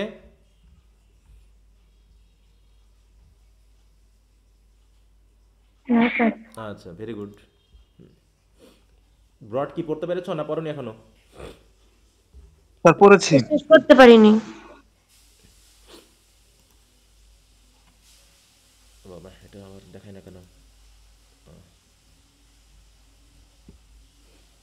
কয়টা কোশ্চেন দিয়েছি? 2টা। 3টা স্যার। হ্যাঁ, মানে মেইন হিসাবে দিয়েছি 2টা। স্যার। হ্যাঁ, তার ভিতরে এটা একটা আছে। হ্যাঁ, এই দুটাকে একটু ভালো করে পড়বা। বলো, কেউ কিছু বলতে চাচ্ছ? প্রথম কোশ্চেনটা শেষের দিকে। সরি, বুঝলাম না, বলো। হ্যাঁ স্যার, সেট সাজেশনের মধ্যে Don Juan canto one is a social satire, আর স্যার লাস্টের কোশ্চেনটা how does Byron satirise the idea of conventional love marriage, এই দুটো স্যার সেম কোশ্চেন দেওয়া। এখন স্যার প্রথম প্রশ্নটা কি সেমই? একই জিনিস, এই দুটা ঘুরে ফিরে সব একই জিনিস। হ্যাঁ, স্যার সব সেটের মধ্যে এটা বাদ দেওয়া আর কি? হ্যাঁ, বাদ দেওয়া ক্রস হলো, এটা দেওয়া। এই সেন্সে আসতে পারে। হ্যাঁ, ঘুরে ফিরে সব একই জিনিস, একই প্রশ্নের একই রকম উত্তর। হ্যাঁ, এই যে স্যার সোশ্যাল ওই স্যাটায়ার, 22-এ আসছে সোশ্যাল স্যাটায়ার, এখানে লাভ স্যার। এন্ড ম্যারেজ নিয়ে তো কথা বলা হয়েছে নাকি? জি স্যার, 22-এ আসছিল তো এই জন্য ভাবছিলাম স্কিপ করবো কিনা। হ্যাঁ, না, ওটাকে দেখে যাবা। হ্যাঁ, ওটাকেও দেখে যাবা। আমি জানি যে কথাটা তো দুটো একই, স্যাটারাইজ করা। এখানে উল্লেখ করে দিয়েছে লাভ অ্যান্ড ম্যারেজ, তাই না? আর এখানে সোশ্যাল স্যাটায়ার হিসাবে শুধু লাভ অ্যান্ড ম্যারেজ কি আছে, না অন্য কিছু আছে ওর সাথে? অন্য কিছু থাকবে জি স্যার, হ্যাঁ, তাহলে আদার সাইড গুলো। হ্যাঁ, তাহলে ওটা পুরোটাই, এখানে শুধু লাভ অ্যান্ড ম্যারেজকে কেন্দ্র করে কথাটা বলা হয়েছে। আর যখন সোশ্যাল স্যাটায়ার বলা হচ্ছে তখন লাভ অ্যান্ড ম্যারেজ তো থাকছেই, তার সাথে কি রিলিজিয়াস ব্যাপারগুলো আছে, সামাজিক বিষয়গুলো আছে কি না? জি স্যার, এই যে তোমার মোরালিটির শিক্ষা, বিষয়। যে মানে ডোনা ইনেজের যে এডুকেশন লেভেল, হ্যাঁ, শিক্ষা, সন্তানকে সে মোরালাইজ করতে চাও, এগুলো কি স্যাটায়ার না? জি স্যার, মোরালিটির বিষয়গুলো আসবে। হ্যাঁ, তাহলে ওখানে তো শুধু লাভ অ্যান্ড ম্যারেজ আনলে হবে না, আর এখানে শুধু লাভ অ্যান্ড ম্যারেজ দিয়ে হলেই হবে। তার মানে এই কোশ্চেনের উত্তরটা একটু ছোট টাইপের, আর এটা একটু ব্রড আলোচনা, যেখানে লাভ অ্যান্ড ম্যারেজ সহ এখানে অন্য কিছু, এমনকি যুদ্ধ বা এইগুলো জিনিসও এখানে আনা হয়েছে। হ্যাঁ, ধর্মকেও ব্যবহার করা যায়, কনভেন্টে চলে যাচ্ছে না? দেখো, কনভেন্টকে তারা কি রিলিজিয়াস হিসাবে ইউজ করলো, হ্যাঁ, না তাদের স্বার্থে ইউজ করলো? স্যার, ধর্মকেও স্যাটারাইজ করা হয়েছে, যে জায়গায় ওরা নিজেরাই পাপের মধ্যে আছে সেখানে আবার ধর্ম ডোনা শিক্ষা জুলিয়াকে দিচ্ছে না? কনভেন্টে হ্যাঁ, পাঠানো হলো ধর্ম শিক্ষা পিউরিফিকেশনের দিচ্ছে জন্য। ছেলে মেয়েদেরকে এইগুলো। হ্যাঁ, তো এই জন্য এটা একটু ব্রড ধারণা আসবে কিছুটা। হ্যাঁ, এই স্যার 2 নম্বর কোশ্চেনটা একটু প্রবলেম আছে স্যার 2 নম্বর কোশ্চেনটা 2 নম্বরে কোন জায়গায়? স্যার জি স্যার এটা থিওরি বুঝতে অসুবিধা হচ্ছে বাইরের থিওরিটা আচ্ছা দাঁড়াও, একজন বলো আগে, প্রথমে 1 নম্বরটা বলো, কার সমস্যা 1 নম্বরে? লাস্ট স্টেন্সার আগে। লাস্ট লাস্ট প্যারার আগে? জি স্যার। লাস্ট প্যারার আগের মানে এটা? আর এটা শেষের দিকে হ্যাঁ আর কি। আচ্ছা আমি পুরোটাই পড়াই দিই। বায়রন অলসো দেখো attacks on the hypocrisy of characters, তাহলে ক্যারেক্টারের হিপোক্রেসির উপরেও তিনি যে ডোনা ইনেজের তার ছেলেকে শেখানো, তাই তো? ডোনা ইনেজ টিচেস হার সান জোয়ান strict morality, she does allow him to mix হ্যাঁ ক্লোজলি উইথ জুলিয়া। তাহলে একদিকে মোরালিটি শেখাচ্ছে, আবার জুলিয়ার সাথে সে অ্যালাউ করছে তার সাথে মেশার, হ্যাঁ। Wife of Alfonso with a view to taking revenge on Alfonso her earlier lover, হ্যাঁ, just to take revenge. Donna Julia though she promises I will never consent to Juan, at last she surrender to Juan as an active partner of sexual relationship. সে মনে মনে ভাবছিল যে আমি কখনোই কি করবো না, নিজেকে ওর কাছে সঁপে দিব না, আমি সাবধান থাকবো, এগুলো কিন্তু মনে মনে সে ভাবছে, কিন্তু আলটিমেটলি দেখা গেছে সে সারেন্ডার করে দিয়েছে। Even at her bedroom she violently pretends to be chaste women. সে তার হাজব্যান্ডের কাছে যখন আসলে ধরা পড়লো, তখন সে তার হাজব্যান্ডকে কী করছে, বকাঝকা করতেছে যে আমাকে তুমি সন্দেহ করো, এই করো সেই করো, হ্যাঁ। হোয়েন জোয়ান is on the bed, Byron's satire is also directed against the emptiness and carelessness of the male members of the society. এমনকি মেল মেম্বাররাও যে কেয়ারলেস, সেটা কেমনভাবে? Don Jose is very careless to his wife and goes where his mind leads and is a man with no great love for learning or learned. মানে কি, Julia কেমন, ডোনা ইনেস তো শিক্ষিত ছিল, তাই তো? আর তার হাজবেন্ড কেমন ছিল? জি স্যার। অশিক্ষিত ছিল। তার শিক্ষার দীক্ষার সে নিজেও শিখবে না, আরেকজনের শিক্ষারও সম্মান করে না, সম্মান করে না। তাই বলছে এখানে সেটাই বলা হচ্ছে যে সে এতটুকু কেয়ারলেস তার ওয়াইফের, এমনকি তার মন যা চায় তাই করে, এবং সে হচ্ছে কি তার ভালোবাসার প্রতি মানে শিক্ষার প্রতি তার কোনো ভালোবাসা নেই, এমনকি শিক্ষিতদের প্রতি তার কোনো সম্মান নেই। সুতরাং আলফান্সো ইজ অ্যানাদার ম্যান। অন্যদিকে আলফান্সো আবার এমন একটা মানুষ হু, দেখো, on one night entered his wife's bedroom with more than half the city at his back. তাহলে তার ওয়াইফ একটা খারাপ কাজে লিপ্ত হতেই পারে, তাহলে সে দোকানে গোপনে বিষয়টাকে সমাধান করবে প্রথমে, তাই না? সে গোপনে তার ওয়াইফকে ধরবে, তাকে সাবধান করবে, তাকে করবে, তা না করে কি করছে, পুরো শহরের মানুষকে ডেকে নিয়ে আসছে, হ্যাঁ, in order to discover his illicit relationship with someone. তার মানে সে চাচ্ছেই তার ওয়াইফেরটা সবার জানাজানি হয়ে যাক, নাকি? তাতে তার ওয়াইফকে সে সহজেই কি করতে পারবে। যদি সে ওয়াইফকে সত্যি ভালোবাসতো বা সম্মান করতো, তাহলে গোপনে কাজটা করতো, নাকি? সমাধানটা করে ফেলতো। কিন্তু সে কি করছে, যাতে সবার কাছে জানাজানি হয়ে যায়, সে পুরো শহরবাসীকে নিয়ে সে তার এই জিনিসটাকে প্রকাশ করার চেষ্টা করছে। তাহলে এগুলো কি এক একটা মানে হিপোক্রেসি, এছাড়া কিচ্ছু না। কারণ সে আসলে কেন চাচ্ছে তার ওয়াইফের এই জিনিসটা প্রকাশ করে দিতে? কারণ সে চাচ্ছে যে সেটা প্রকাশ হয়ে যায়, হ্যাঁ, এবং সে তার ওয়াইফকে ভালো করার জন্য না, বরং ডোনা ইনেজকে বিয়ে করতে পারবে, করার জন্য, এটা ধান্দা করার জন্য সে কাজটা করেছে। তাহলে এগুলো কি সবই হচ্ছে কি এক একটা হিপোক্রেসি, আর হিপোক্রেসিগুলোকে তিনি করেছেন। কি বুঝতে পারছো? জি স্যার। আচ্ছা, বায়রনিক হিরোতে কোথায় সমস্যা ছিল কার? কোথায়? স্যার আমার ফিচারগুলো বুঝতে অসুবিধা হচ্ছে স্যার, ফিচারগুলো বুঝতে একটু সমস্যা হইতেছে। পিছনেরগুলো বলতে ওই যে স্যার বাইরে কি যে কিছু কিছু বিষয় আছে, এগুলো বুঝতে অসুবিধা হচ্ছে স্যার, একটু পড়াই দিলে ভালো হতো স্যার। তা সেগুলো কোনগুলো, সেগুলো বলো, পুরোটাই পড়াই দিব? আচ্ছা একটু মোটামুটি দিলে ভালো হতো স্যার। না, আমরা তো বায়রনিক হিরোটা একটা পড়ে আসলাম সংক্ষিপ্ত প্রশ্নে পড়লাম না। স্যার আমি সময় ছিলাম না স্যার, আমি একটু 10 মিনিট পরে যুক্ত হয়েছি স্যার। তাহলে তুমি ওটাকে দেখে নিবা, দেখে নিয়ে পড়ে তারপর এটা করবা, ঠিক আছে? হ্যাঁ, তাহলে ওই প্রশ্নটা পড়াই দিয়েছি, এই প্রশ্নটাকে দেখবা, দেখে তারপরে এটা করবা, তাহলে আবার একই জিনিস ডাবল করে পড়ানো হবে, যারা আছে তাদের বিরক্তি লাগবে, ঠিক আছে? হ্যাঁ, তারপর যদি না বুঝো আগামী ক্লাসে তুমি কোন জায়গায় বুঝবা না সেটা বলবা, আমি সেটা পড়াই দিব। Okay sir. হ্যাঁ, আমার কাজ হচ্ছে তোমাকে দিয়ে মেইনলি পড়াই নেওয়া, কারণ আমি পড়াই দিলে তুমি আবার সন্তুষ্ট হয়ে যাবা, তুমি আর ওই মনোযোগটা দিবা না। অতএব নিজে মনোযোগ দিবা, পড়বা, বুঝবা, যেটা বুঝবা না সেটা আমাকে বলবা, আমি বুঝাই দিব। কারণ এখন মনে করার কারণ নেই যে স্যার আমার খুব তাড়াতাড়ি দরকার, আপনি পড়াই দিলে ভালো হয়, এতেও তোমার কোনো কাজ হবে না, বরং তুমি সময় নিয়ে যদি 10 মিনিট পর ধরে পড়ো, তাতে তোমার যা কাজ হবে, আমি পড়াই দিলে সেই কাজটা তোমার অতটা হবে না। তোমাদের কাছে মনে হতে পারে এটা, কিন্তু আমার কাছে যেটা মনে হয় সেটা আমি বলছি। যে স্যার আপনি আমার বোঝাটা একটু তুলে নিয়ে বহন করে যান, তাহলে আমার জন্য ভালো হবে। কিন্তু পরের বোঝাটা কে বহন করবে? এই জন্য তোমার বোঝা তোমাকে বহন করতে হবে, আমি একটু হেল্প করতে পারি, জাস্ট হাত দিয়ে একটু সাপোর্ট দিতে পারি। ঠিক আছে? Okay sir. আচ্ছা, তাহলে ওটা আগে দেখে নিবা, দেখে নিয়ে এটা পড়ে নিবা। যদি কোনো 2-1টা প্যারাগ্রাফ থাকে সেটা বলো, কিন্তু পুরোটা আমি পড়া দিতে পারবো না, কারণ পুরোটা তোমাকে পড়তে হবে। তারপরে তুমি বের করবা যে কোনটা বোঝনি, আমি সেটা বুঝাই দিব। এমনি কারো কোনো প্যারাগ্রাফ বা কোনো অংশে আছে, সমস্যা আছে?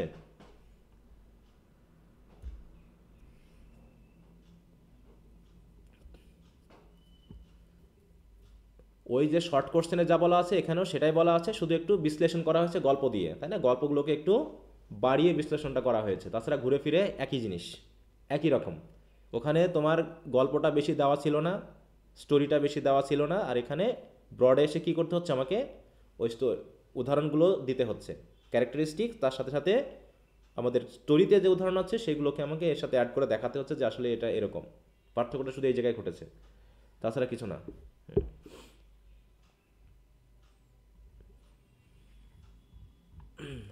আচ্ছা, যদি ব্রড কোশ্চেন অনেকে হয়তো পড়ে নিবে আজকে। আগামী ক্লাসের মধ্যে তোমরা এখানে তো আমাদের মোটামুটি 3টা আছে, তাই তো?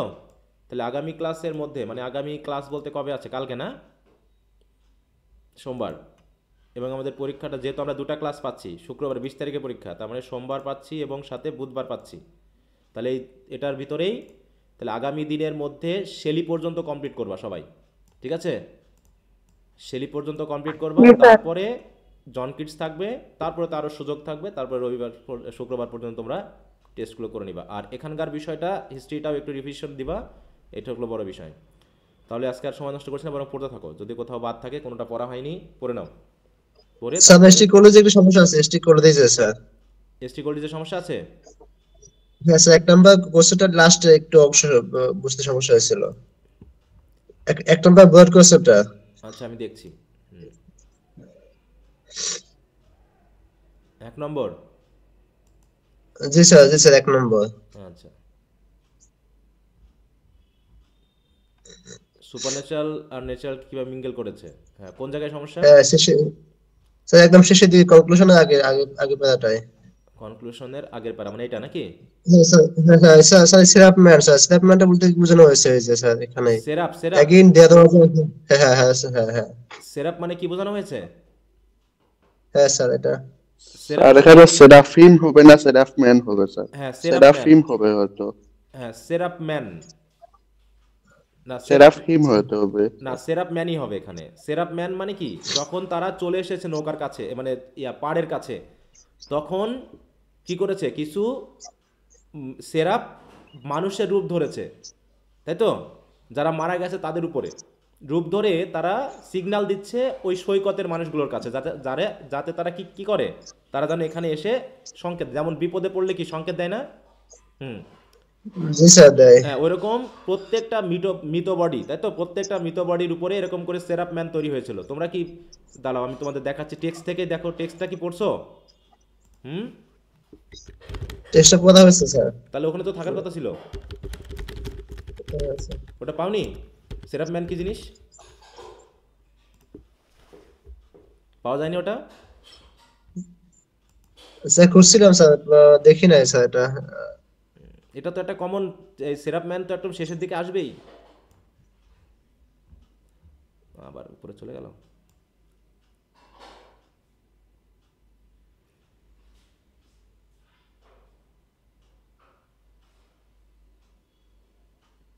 এই যে দেখো, ঠিক আছে তো? বলছে কি দিস সেরাপ ব্যান্ড মানে কি দল, মানে মানুষের দল।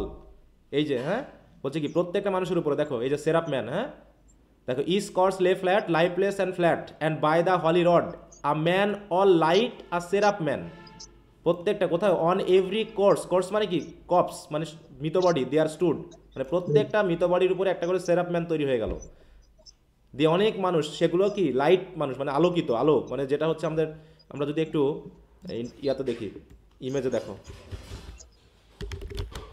তোমরা পড়ো নি এগুলো ঠিক মতো, এই জন্যই সমস্যাগুলো দেখো। এগুলো যদি কেউ পড়তো, এগুলোর সমস্যা হওয়ার কোনো সেরাপম্যান। আচ্ছা, কি আসলো এখানে? ইমেজ দেখি, এই যে এরকম, হ্যাঁ এইরকম আলোকিত বডি, হ্যাঁ এরকম প্রত্যেকটা এই যে এরকম হয়ে গেল, হ্যাঁ বিশেষ করে এইটা, যাতে সৈকতে যারা আছে বা কোস্টে যারা আছে, বিচে যারা আছে তারা যেন দেখতে পায়, কারণ অন্ধকার, সন্ধ্যা, রাত, ভোর, হ্যাঁ এই অবস্থায় তাদেরকে তো দেখতে হবে নাকি। এরকম করে কি হলো, একটা এক একটা করে সেরাপ ম্যান তৈরি হলো, আর তারা হাত নাড়াচ্ছে, বলছে দিস সেরাপ ব্যান্ড। এবার ব্যান্ড হলো কেন, কারণ সবাইকে মিলে একটা দল বলা হয়েছে, হ্যাঁ this seraph band each waved his hand, সবাই হাত নাড়াচ্ছে। It was a heavenly sight, they stood as signals to the land, তারা ওখানে দাঁড়িয়ে সিগন্যাল দিচ্ছে, each one a lovely light. This seraph band each waved his hand, no voice did they impart, তাদের কোনো কণ্ঠস্বর নেই কিন্তু হাত মানে নাড়াচ্ছে, no voice but oh the silence sank like music on my heart. কি কথা বোঝা গেল, সেরাপ ম্যান বলতে কি বোঝানো হলো? জি স্যার, এখন বুঝতে পারছি। হুম, স্যার এখানে উপরে স্যার উপরের প্যারা একবার উপরের প্যারা অ্যাকচুয়ালি থেকে আমার একটু সমস্যা আছে অ্যাকচুয়ালি একবারে উপরের প্যারা এইটা, জি আমি দেখাচ্ছি স্যার। হুম হুম জি জি না স্যার, এর উপরের অ্যাকচুয়ালি থেকে 2 নম্বর লাইন উপরে 2 নম্বর লাইন যেখানে ডেট টেইলার্স হবে না সোলজার্স হবে স্যার। ও এখানে সোলজার হয়ে গেছে, সেলার হবে, হ্যাঁ সেলার হবে, হুম জি স্যার সেলার হবে, হ্যাঁ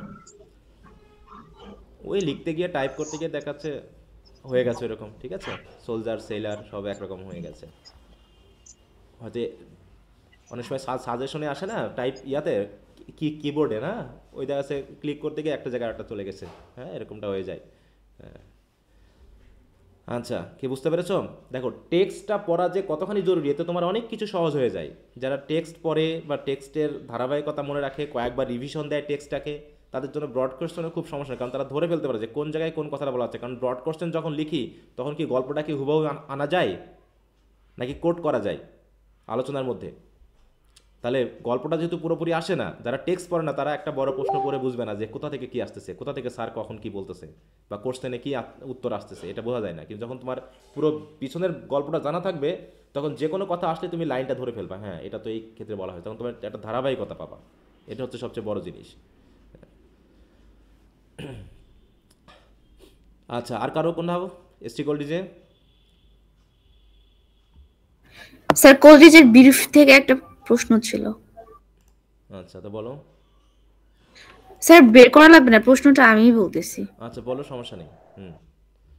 স্যার ওখানে যে নাবিক বলা হয়েছে 200 জন, এটা কি ম্যারিনারকে ইনক্লুড করে না ম্যারিনারকে ইনক্লুড ছাড়া?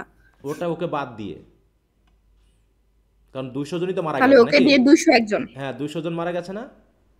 মারা তো গেছে কয়জন? জি স্যার। তাহলে তোকে বাদ দিয়ে হিসাব করতে হবে, ঠিক আছে? জি স্যার। তারপর আর নেই স্যার।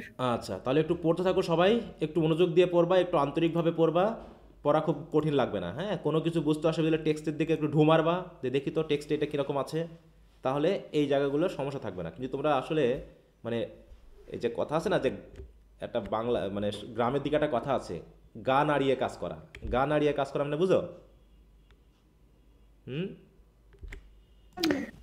উঠে পড়ে লাগা মানে গা চেষ্টা নাড়িয়ে করা। কাজ করা মানে একটু অ্যাক্টিভলি কাজ করা। অনেকে বসে বসে কাজ করে, কোনো রকম আন্তরিকতা দেখায় না, ঠিক আছে তো, অলসভাবে কাজ করে। তা গা নাড়িয়ে কাজ করা মানে হচ্ছে একটু শরীর নাড়িয়ে কাজ করো, মানে একটু অ্যাক্টিভলি কাজ করো, কোথাও যেতে হলে সেটা যেতে হবে, একটু কষ্ট করে খাওয়া, একটু কষ্ট করে কাজ করা, হ্যাঁ হ্যাঁ আরাম করে কোনো কাজ হবে না। আরাম করে করলে এখন তুমি আরাম করবা, বললাম তো এখন হচ্ছে কষ্ট করার সময় যদি তুমি আরাম করো তাহলে আরাম করার সময় তোমাকে কষ্ট করতে হবে, এটা স্বাভাবিক, মানে এটা জাস্ট একটা সূত্র। বললাম আমি তো পড়াশোনা করেছি, কি পরিমাণ যে টিউশনি করেছি শীতের মধ্যে, সকাল 6টার সময় টিউশনি শুরু করতাম, 10টার সময় শেষ হতো, এরকম। রাতে আবার শুরু করেছি 3টা থেকে, মানে বিকাল 3টা থেকে রাত 10টার মধ্যে টিউশনি ছিল, এত পরিমাণ টিউশনি করেছি আমি, হ্যাঁ। তারপরে রাতে দেখাচ্ছে পড়তে বসতে হতো, কলেজে যেতে হতো, হ্যাঁ। তারপরেও দেখাচ্ছে রাত 2টা 3টা পর্যন্ত পড়াশোনা করতে হয়েছে, এবং টেক্সট আমি সবগুলো পড়েছি। তাই আমি ভাবি যে আমার কাছে অজুহাত দেওয়ার আসলে কিছু নেই, তুমি যদি সত্যিই পড়াশোনা করতে চাও তাহলে পড়াশোনা করা যায়, তুমি যে অজুহাতই দাও আমার কাছে কোনো অজুহাত না, ঠিক আছে তো? বুঝতে পারছো? তোমরা যে অজুহাতই আমাকে দেখো, সে টাকার অজুহাত দেখাও, তুমি সময়ের অজুহাত দেখাও, বইয়ের অজুহাত দেখাও, এ কোনো অজুহাতই আমার কাছে অন্তত খাটবে না, কারণ আমি আমার পড়াশোনাটা আমি নিজে করেছি, ঠিক আছে তো? আমি বাড়ির থেকে 1 পয়সা হেল্প পাইনি, এটা যদি তুমি মনে করো তাহলে কথাটা বুঝতে পেরেছো নিশ্চয়ই, যে আমার কাছে কোনো অজুহাত খাটবে না। বুঝতে পেরেছো? অতএব আমার কাছে অন্তত অজুহাত দেখানোটা বাদ দিবা, যে স্যার আমি টিউশনি করায় তাই পড়তে পারি না। ও টিউশনি তোমার চেয়ে আমি বেশি করেছি বলা যায়। স্যার বই নাই, হ্যাঁ আমি টিউশনি করি, আমার প্রত্যেকটা বই কেনা ছিল, বরং আমি রামজি সেন থেকে শুরু করে যে কয়টা বই পাওয়া যায়, যদি বিশ্বাস না হয় তোমরা ফ্রেন্ডস লাইব্রেরিকে কল দিবা, হচ্ছে বগুড়ার যেটা আছে রতন, ওকে কল দিও যে আমি কী পরিমাণে বই কিনতাম, এখনও বই কিনি। ঠিক আছে, যে একই গল্পে যদি যে কয়টা রাইটারের বই থাকবে, রামজি, লাল সেন, তিলক থেকে শুরু করে আরও যে সকল ক্লিপস বই যা আছে সব আমার কাছে আছে। অতএব আমি বই কেনাতে কখনো অবজ্ঞা করিনি যে আমার কাছে টাকা নেই। কিসের টাকা নেই? এটা একটা অজুহাত, অজুহাত দেখানোর কোনো সুযোগ নেই। অতএব তুমি চাইলেই, তুমি যদি 15টা করে টিউশনি করো দিনে, তাও তোমার পড়াশোনা তোমাকে বার করে নিতে হবে, কারণ তোমার এত টাকার দরকার নেই। তুমি এত টিউশনি করবা কেন? যদি টাকার দরকার থাকে তাহলে টিউশনি করো, আর টিউশনি করে টাকাটা তাহলে তোমার কাজেই লাগাও, যে বই কেনো, প্রাইভেট পড়ো, 2-3 জন টিচারের কাছে পড়ো, কিন্তু নিজের পড়াটা বুঝে নিয়ে। অনেকে আছে 2-3 জন টিচারের কাছে পড়ে কিন্তু বাড়িতে পড়ে না, আলটিমেটলি কিন্তু তাতেও কোনো লাভ হয় না। বুঝতে পেরেছ? অতএব নিজের কাছে আন্তরিক হবা, নিজের প্রতি মনোযোগ দিবা, পড়াশোনাটা হয়ে যাবে। শুধু অজুহাতটা বাদ দিবা, পড়া করতে হবে, এটা আমাকে করতে, আমার দায়িত্ব আমাকে করতেই হবে, এটা ভাববা, তাহলে পড়াশোনা চলবে। কখনো অজুহাত দিবা না যে আমার এই হচ্ছে না, আজকে ঠান্ডা বেশি, আজ গরম বেশি, হ্যাঁ আজকে বৃষ্টি বেশি, আজকে এই সমস্যা সেই সমস্যা, এসব অজুহাত, এগুলো কোনো কারণ না, এগুলো আমি কোনো কারণের মধ্যেই ফেলি না। শুধু পড়াশোনা করতে চাইলে পড়াশোনাটা হয়ে যাবে। দিনে 7-8 ঘন্টা ম্যানেজ করা কোনো ব্যাপার না, ঠিক আছে? স্টুডেন্ট লাইফে 7-8 ঘন্টা ম্যানেজ করা কোনো ব্যাপার না। মেয়েদের ক্ষেত্রে একটু সমস্যা হতে পারে, যারা বিবাহিত বিশেষ করে, হ্যাঁ, যেহেতু পরিবার নিয়ে কাজ করতে হয়। বাকিটা, হ্যাঁ, যদি কেউ চায় তো মিনিমাম 5 ঘন্টা ম্যানেজ করা কোনো ব্যাপার না পড়াশোনার জন্য, শুধু তোমাকে চাইতে হবে। আর মোবাইল ফোনটার একটু দূরে রাখতে হবে, যাতে ফেসবুক ইন্টারনেটে না ঢোকা হয়। হ্যাঁ, যদি ঢুকতেই হয় তাহলে ওয়ার্ড মিনিং জানার জন্য একটু পড়ার জন্য হেল্প নিবা, তাছাড়া দয়া করে সময় নষ্ট করবা না। আর সময় নেই, অলরেডি আমরা 15 তারিখে চলে এসেছি নাকি? আর কয়দিন আছে? আর 20 দিন, ঠিক তো? এখন একটু আন্তরিকতার সহিত পড়াশোনা করো, চালাকি বাদ দাও, আর যেখানে সমস্যা সেখানে সমাধান লুকিয়ে আছে, শুধু একটু গা নাড়িয়ে কাজ করতে হবে। আর সৃষ্টিকর্তা অবশ্যই তোমাকে হেল্প করবে যদি তুমি নিজেকে হেল্প করো, কারণ সৃষ্টিকর্তা তোমাকে হেল্প করার জন্য সব কিছু দিয়ে দিয়েছে, শুধু তার দেওয়া এলিমেন্টগুলোকে, আশীর্বাদগুলোকে কাজে লাগাও। অজুহাত দিও না, অজুহাত দিলে গড রাগ করে, ঠিক আছে তো? কারণ তোমাকে যা দিয়েছে আরেকজনকে হয়তো তা দেয়নি। অতএব তুমি যখনই অজুহাত দিচ্ছ, তখনই গড বা আল্লাহ, যাই বলি আমরা, যে নামে ডাকি, তিনি রাগ করবেন যে আমি তোমাকে তো দিয়েছি, তুমি তাও অজুহাত দেখাচ্ছ কেন? অতএব একটা কথা বলা আছে যে যাকে দেওয়া হয়েছে, ওই যে আমরা অনিস্ট ব্লাইন্ডনেস পড়েছিলাম না, মনে আছে ট্যালেন্টের কথা? যে এমন হবে যে অলসদের ক্ষেত্রে কি হবে জানো? অলসদের ক্ষেত্রে তার যা আছে সেটাও কেড়ে নেওয়া হবে, দিয়ে যে পরিশ্রমী তাকে দিয়ে দেওয়া হবে। আসলে জীবনটা এমনই, তুমি পরিশ্রমী হও, সৎভাবে কাজ করো, সৃষ্টিকর্তা তোমাকে দিবে। আর তোমার যতই থাকুক, তুমি অলস হও, পরিশ্রম না করো, শুধু অজুহাত দাও, দেখো গড তোমার কাছ থেকে আস্তে আস্তে সব কেড়ে নেবে।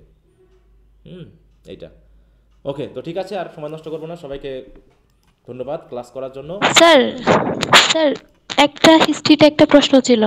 হ্যাঁ বলো। স্যার রেনেসাঁস পিরিয়ডে 25 নাম্বার ব্রিফ কোশ্চেনটা, গ্লোব থিয়েটার। আচ্ছা দাঁড়াও, যাচ্ছি। রেনেসাঁস পিরিয়ডের ব্রিফ কোশ্চেন কত নম্বর? 25 নাম্বারটা। 25? হ্যাঁ হ্যাঁ স্যার, ওইটা যে বলছে বিল্ট ইন, ওটা স্যার 1592 হবে নাকি 99 হবে? আচ্ছা আমি দেখি, হয়তো আমার মিস হতে পারে লিখতে গিয়ে, আমি আগে দেখে নিই তারপরে বলি। 25 নম্বর? হ্যাঁ স্যার, গ্লোব 25 নম্বর, তাই না? হ্যাঁ গ্লোব। হ্যাঁ হ্যাঁ। আমি কি দিয়েছি? এটা ঠিক আছে, 1592ই হবে। হ্যাঁ আচ্ছা ঠিক আছে স্যার, এটাই দিবা, এটা ঠিক আছে। আচ্ছা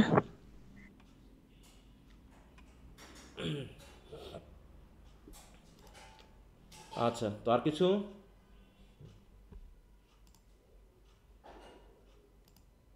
আচ্ছা তো ঠিক আছে, তাহলে সবাই ভালো থাকো। ওকে, বাই।